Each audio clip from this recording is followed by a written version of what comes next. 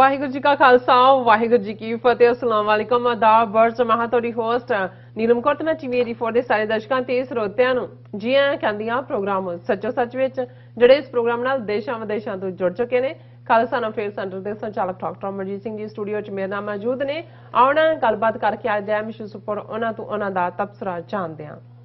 ਜੀ ਡਾਕਟਰ ਸਾਹਿਬ ਵਾਹਿਗੁਰੂ ਜੀ ਕਾ ਖਾਲਸਾ ਵਾਹਿਗੁਰੂ ਜੀ ਕੀ ਫਤਿਹ। हाँ जी नीलम कौर जी ਤੁਹਾਨੂੰ ਵੀ ਤੇ ਦੁਨੀਆ ਭਰ ਚ ਬੈਠੇ ਸਾਡੇ ਬਹੁਤ ਹੀ ਪਿਆਰੇ ਸੋਹਣੇ ਸਿਆਣੇ ਟੀਵੀ 84 ਦੇ ਵਿਊਅਰਸ ਨੂੰ ਵੀ ਵਾਹਿਗੁਰੂ ਜੀ ਕਾ ਖਾਲਸਾ ਵਾਹਿਗੁਰੂ ਜੀ ਕੀ ਫਤਿਹ ਤੇ ਸਾਡੇ ਬਹੁਤ ਹੀ ਪਿਆਰੇ ਮੁਸਲਮਾਨ ਭੈਣਾਂ ਭਰਾਵਾਂ ਨੂੰ अस्सलाम वालेकुम। जी डॉक्टर साहब जी आनू प्रोग्राम सचो सच विच बहुत शुक्रिया। जी डॉक्टर साहब आज 29 नवंबर 2021 16 मगर नानकशाही संमत 553 ਦਾ ਦਿਨ ਹੈ ਤੇ ਡਾਕਟਰ ਸਾਹਿਬ ਪ੍ਰੋਗਰਾਮ ਸ਼ੁਰੂ ਕਰਨ ਤੋਂ ਪਹਿਲਾਂ ਅਸੀਂ ਆਪਣੇ ਦਰਸ਼ਕਾਂ ਤੇ ਸਰੋਤਿਆਂ ਨੂੰ ਹਮੇਸ਼ਾ ਤਰ੍ਹਾਂ ਦੱਸਦੇ ਵਿਊਅਰਸ ਜੇ ਤੁਸੀਂ ਹੱਕ ਸੱਚ ਇਨਸਾਫ ਤੇ ਪੈਰਾ ਦਿੰਦਾ ਇੱਕੋ ਇੱਕ ਚੈਨਲ ਟੀਵੀ 84 ਨੂੰ ਦੇਖਣਾ ਚਾਹੁੰਦੇ ਹੋ ਤਾਂ ਤੁਸੀਂ ਦੇਖ ਸਕਦੇ ਸਪੈਕਟਰਮ ਕੇਬਲ ਆਰਸੀਐਨ ਕੇਬਲ ਬੈਲਫਾਲਗਨ ਕੈਨੇਡਾ ਰੋਕੂ ਜਾਦੂ ਬਾਕਸ ਸ਼ਾਵਾ ਫੇਸਬੁੱਕ ਟੀਵੀ 84 ਦੀ ਐਪ ਰਾਹੀਂ online streaming and IP box ਤੇ ਤੁਸੀਂ ਟੀਵੀ 84 ਨੂੰ ਦੇਖ ਸਕਦੇ ਹੋ। ਵਿਊਅਰਸ ਜੇ ਤੁਸੀਂ ਟੀਵੀ 84 ਨਾਲ ਜਾਂ ਪ੍ਰੋਗਰਾਮ ਸੱਚੋ ਸੱਚ ਨਾਲ ਫੇਸਬੁੱਕ ਰਾਹੀਂ ਜੁੜਿਆ ਤਾਂ ਇਸ ਨੂੰ ਵੱਧ ਤੋਂ ਵੱਧ ਲਾਈਕ ਕਰੋ ਤੇ ਸ਼ੇਅਰ ਕਰੋ ਅਤੇ ਨਾਲ ਹੀ YouTube ਤੇ ਸਬਸਕ੍ਰਾਈਬ ਵੀ ਕਰੋ। ਇਹ ਵੀ ਦੱਸ ਦਿਓ ਕਿ ਤੁਸੀਂ ਟੀਵੀ 84 ਦੀ ਐਪ ਨੂੰ ਐਂਡਰੋਇਡ ਐਂਡ ਐਪ ਸਟੋਰ ਤੇ ਡਾਊਨਲੋਡ ਕਰਕੇ ਜੋ ਟੀਵੀ 84 ਦੀ ਲਾਈਵ ਸਟ੍ਰੀਮ ਹੈ ਉਸ ਨੂੰ ਤੁਸੀਂ 24 ਆਵਰਸ ਦੇਖ ਸਕਦੇ ਹੋ। ਵਿਊਅਰਸ ਹੁਣ ਅਸੀਂ ਆਪਣੇ ਪ੍ਰੋਗਰਾਮ ਦੀ ਸ਼ੁਰੂਆਤ ਕਰਨ ਜਾ ਰਹੇ ਹਾਂ। ਪ੍ਰੋਗਰਾਮ ਦੇ ਸ਼ੁਰੂ ਦੇ ਵਿੱਚ ਆਪਾਂ ਤੁਹਾਨੂੰ ਦੱਸ ਦਈਏ ਕਿ ਅੱਜ ਦੇ ਪ੍ਰੋਗਰਾਮ ਸੱਚੋ ਸੱਚ ਨੂੰ ਸਪਾਂਸਰ ਕੀਤਾ ਗਿਆ ਹੈ ਲਾਸ ਐਂਜਲਸ ਤੋਂ ਸਰਦਾਰ ਸਰਬਜੀਤ ਸਿੰਘ ਜੀ ਹੋਰਾਂ ਵੱਲੋਂ। ਸੋ ਇਹਨਾਂ ਮੋਦੀ ਸਰਕਾਰ ਵੱਲੋਂ ਵਾਪਸ ਕੀਤੇ ਕਾਨੂੰਨਾਂ ਜਿਹੜੇ ਖੇਤੀ ਕਾਨੂੰਨਾਂ ਨੂੰ ਇੱਕ ਲੰਬੀ ਲੜਾਈ ਵਿੱਚ ਪਹਿਲੀ ਜਿੱਤ ਕਿਹਾ ਹੈ ਅਤੇ ਬੇਨਤੀ ਕੀਤੀ ਹੈ ਕਿ ਸਾਨੂੰ ਜਸ਼ਨ ਮਨਾਉਣ ਦੀ ਤਾਂ ਇਹ ਸੋਚਣ ਦੀ ਲੋੜ ਹੈ ਕਿ ਹੁਣ ਮੋਦੀ ਸਰਕਾਰ ਦਾ ਅਗਲਾ ਕਦਮ ਕੀ ਹੋਵੇਗਾ। ਸੋ ਮੋਦੀ ਸਰਕਾਰ ਕਪਟੀ ਹੈ, ਕਾਨੂੰਨ ਵਾਪਸ ਲੈ ਕੇ ਵੀ ਕਾਨੂੰਨਾਂ ਨੂੰ ਸਹੀ ਦੱਸ ਰਹੀ ਹੈ। ਸੋ ਇਹ ਇੱਕ ਲੰਬੀ ਲੜਾਈ ਹੈ ਔਰ ਸਾਨੂੰ ਤਿਆਰ ਰਹਿਣਾ ਚਾਹੀਦਾ ਹੈ। ਸੋ ਦਰਸ਼ਕਾਂ ਕੋਲ ਬੇਨਤੀ ਕੀਤੀ ਹੈ ਕਿ ਟੀਵੀ 84 ਦੀ ਵੱਧ ਤੋਂ ਵੱਧ ਸਹਾਇਤਾ ਕਰੋ ਔਰ ਅਸੀਂ ਅੱਜ ਦੀ ਸਪਾਂਸਰਸ਼ਿਪ ਲਈ ਅਸੀਂ ਸਰਦਾਰ ਸਰਬਜੀਤ ਸਿੰਘ ਜੀ ਹੋਰਾਂ ਦਾ ਤਹਿ ਦਿਲ ਤੋਂ ਧੰਨਵਾਦ ਕਰਦੇ ਹਾਂ ਔਰ ਤੁਹਾਨੂੰ ਵੀ ਅਪੀਲ ਤੇ ਬੇਨਤੀ ਕਰਦੇ ਹਾਂ ਕਿ ਤੁਸੀਂ ਵੀ ਪ੍ਰੋਗਰਾਮ ਸੱਚੋ ਸੱਚ ਨੂੰ ਵੱਧ ਤੋਂ ਵੱਧ ਸਪਾਂਸਰ ਕਰੋ। ਸਪਾਂਸਰਸ਼ਿਪ ਲਈ ਤੁਸੀਂ ਸਾਨੂੰ ਸਾਡੇ ਫੋਨ ਨੰਬਰ ਤੇ ਕਾਲ ਕਰ ਸਕਦੇ ਹੋ 516 6191984 ਸੇ ਨੰਬਰ ਤੇ WhatsApp ਕਰ ਸਕਦੇ ਹੋ। ਤੁਸੀਂ ਸਾਨੂੰ ਈਮੇਲ ਵੀ ਕਰ ਸਕਦੇ ਹੋ info@tv84.tv ਦੇ।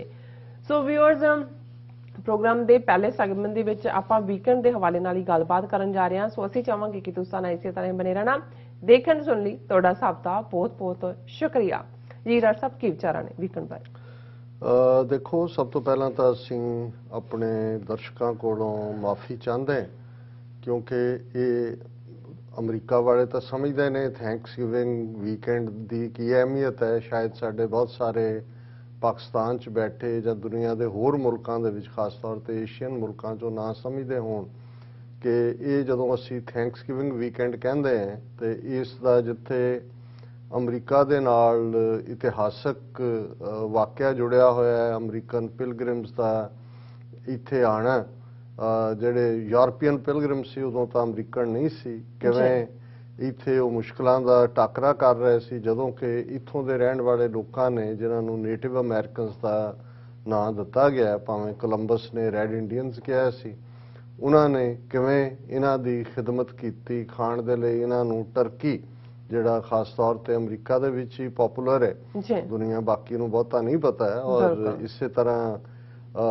ਪੋਟੇਟੋਸ ਕਿਉਂਕਿ ਕੁਝ ਜਿਹੜੀਆਂ ਗਿਫਟਸ ਨੇ ਉਹ ਨੇਟਿਵ ਅਮਰੀਕਨਸ ਦੀਆਂ ਹੀ ਨੇ ਉਹ ਦੁਨੀਆ 'ਚ ਕਿਤੇ ਹੋਰ ਉਹਦੀ ਕਾਸ਼ਤਕਾਰੀ ਨਹੀਂ ਸੀ ਹੁੰਦੀ ਇੱਥੋਂ ਹੀ ਕੋਲੰਬਸ ਔਰ ਦੂਸਰੇ ਲੋਕ ਬਾਅਦ 'ਚ ਲੈ ਕੇ ਗਏ ਉਹਨਾਂ ਦੇ ਵਿੱਚ ਆਲੂ ਵੀ ਸ਼ਾਮਲ ਨੇ ਪੋਟੇਟੋਸ ਉਹ ਵੀ ਲੋਕਲ ਸੀ ਔਰ ਉਹਦੇ 'ਚ ਮੱਕੀ ਜਿਹਨੂੰ ਅਸੀਂ ਜਿਹੜਾ ਮੇਜ਼ ਲਫ਼ਜ਼ ਬ੍ਰਿਟਿਸ਼ 'ਚ ਹੈ ਇੱਥੇ ਜ਼ਿਆਦਾ ਕਾਰਨ ਇਸਤੇਮਾਲ ਹੁੰਦਾ ਉਹ ਵੀ ਇੱਥੋਂ ਹੀ ਗਈ ਔਰ ਅਨਫੋਰਚੂਨੇਟਲੀ ਤੰਬਾਕੂ ਵੀ ਇੱਥੋਂ ਹੀ ਗਿਆ ਔਰ ਉਹਨਾਂ ਨੇ ਇਹਨਾਂ ਨੂੰ ਜੋ ਇਹਨਾਂ ਦੀਆਂ ਲੋੜਾਂ ਸੀ ਉਹ ਪੂਰੀਆਂ ਕੀਤੀਆਂ ਇਹ ਸਰਵਾਈਵ ਕੀਤੇ। ਵੱਖਰੀ ਗੱਲ ਹੈ ਕਿ ਇਹਨਾਂ ਨੇ ਸਰਵਾਈਵ ਹੋਣ ਤੋਂ ਬਾਅਦ ਕਿਵੇਂ ਉਹਨਾਂ ਦਾ ਇੱਥੋਂ ਖਾਤਮਾ ਕੀਤਾ ਕਿਵੇਂ ਉਹਨਾਂ ਨੂੰ ਹੰਟ ਕੀਤਾ ਲਫ਼ਜ਼ ਜਿਹੜਾ ਹੈ ਉਹ ਹੰਟਿੰਗ ਇਸਤੇਮਾਲ ਹੁੰਦਾ ਸੀ ਕਿ ਉਹਨਾਂ ਨੂੰ ਜਾਲ ਔਰ ਇਸ ਅਨਸਿਵਿਲਾਈਜ਼ਡ ਸਮਝ ਕੇ ਔਰ ਕਿਵੇਂ ਫਿਰ ਥਾਂ ਥਾਈਂ ਉਹਨਾਂ ਨੂੰ ਖਦੇੜਿਆ ਗਿਆ ਉਹਨਾਂ ਦੇ ਇਲਾਕੇ ਖੋਏ ਜਿਹੜਾ ਇਲਾਕਾ ਉਹਨਾਂ ਦੇ ਨਾਲ ਟ੍ਰੀਟੀ ਕਰਕੇ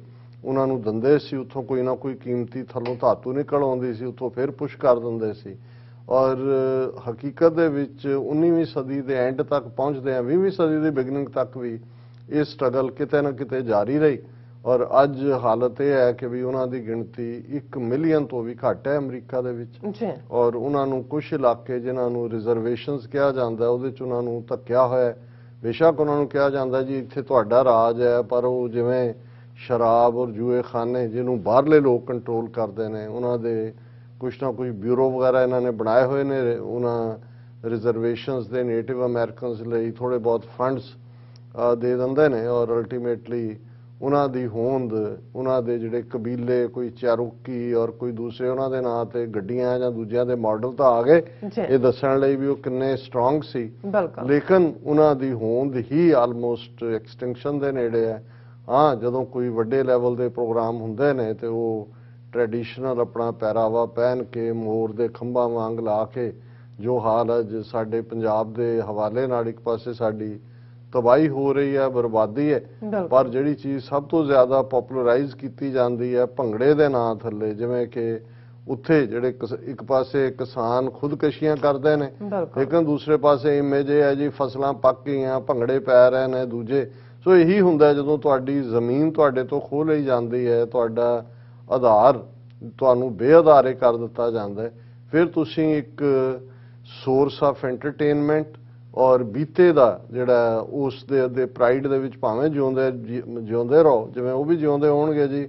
ਕਦੇ ਅਸੀਂ ਵੀ ਇਸ ਧਰਤੀ ਦੇ ਮਾਲਕ ਹੁੰਦੇ ਸੀ, ਅਸੀਂ ਬਹਾਦਰੀ ਨਾਲ ਲੜੇ, ਅਸੀਂ ਇਵੇਂ ਲੜੇ, ਕੋਈ ਸ਼ੱਕ ਨਹੀਂ ਹੈ ਬਹੁਤ ਬਹਾਦਰੀ ਨਾਲ ਲੜੇ, ਪਰ ਉਹਨਾਂ ਕੋਲ ਧੋਖਾ ਨਹੀਂ ਸੀ ਨੇਟਿਵ ਅਮਰੀਕਨਸ ਕੋਲ, ਉਹਨਾਂ ਕੋਲ ਬੰਦੂਕਾਂ ਗਨ ਪਾਊਡਰ ਔਰ ਦੂਸਰੀਆਂ ਚੀਜ਼ਾਂ ਨਹੀਂ ਸੀ, ਸਹੂਲਤਾਂ ਨਹੀਂ ਸੀ। ਇਹ ਤਾਂ ਫਿਰ ਬਾਹਰੋਂ ਆ ਕੇ ਓਲਡ ਵਰਲਡ ਦੇ ਨਾਲ ਨਿਊ ਵਰਲਡ ਵੀ ਜੁੜ ਗਏ ਔਰ ਉਹ ਆਪਣੇ ਪਾਸਟ ਦੇ ਵਿੱਚ ਹੀ ਜੀ ਸਕਦੇ ਨੇ ਜਾਂ ਗਵਾਚੇ ਹੋ ਸਕਦੇ ਨੇ ਜਿਵੇਂ ਅੱਜ ਸਾਡਾ ਹਾਲ ਹੈ।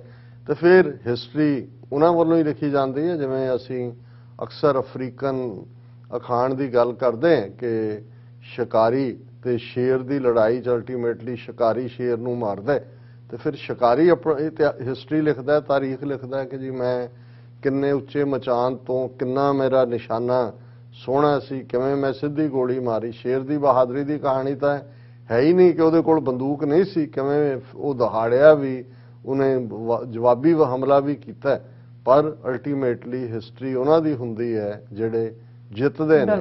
ਸੋ ਇਹ ਵੱਖਰੀ ਗੱਲ ਹੈ ਕਿ ਅਮਰੀਕਾ ਦੇ ਵਿੱਚ ਜਿੰਨੇ ਕੁ ਥੋੜੇ ਬਹੁਤ ਨੇ ਉਹ ਨੇਟਿਵ ਅਮਰੀਕਨਸ ਉਹ ਐਜ਼ ਇਹਨੂੰ ਬਲੈਕ ਡੇ ਜਾਂ ਪ੍ਰੋਟੈਸਟ ਡੇ ਦੇ ਤੌਰ ਤੇ ਮਨਾਉਂਦੇ ਨੇ। ਸੋ ਅਦਰਵਾਈਜ਼ ਸ਼ੁਰੂਆਤ ਤਾਂ ਜਿਹਨੇ ਵੀ ਕੀਤੀ ਉਹ ਪਹਿਲਾਂ ਤਾਂ ਉਹਨਾਂ ਨੂੰ ਦੇਣ ਦੀ ਸੀ ਥੈਂਕਸ, ਪਰ ਜਦੋਂ ਉਹਨਾਂ ਨੂੰ ਲੱਗਾ ਕਿ ਭਈ ਇਹ ਅਸਲੀ ਹਿਸਟਰੀ ਤਾਂ ਬਾਹਰ ਆ ਰਹੀ ਹੈ ਵੀ ਤੁਸੀਂ ਕੀਤਾ ਕੀ ਹੈ, ਤਾਂ ਹੁਣ ਇਹ ਹੁੰਦਾ ਹੈ ਕਿ ਜੀ we are thanking God for all the gifts and for all the blessings and God bless America।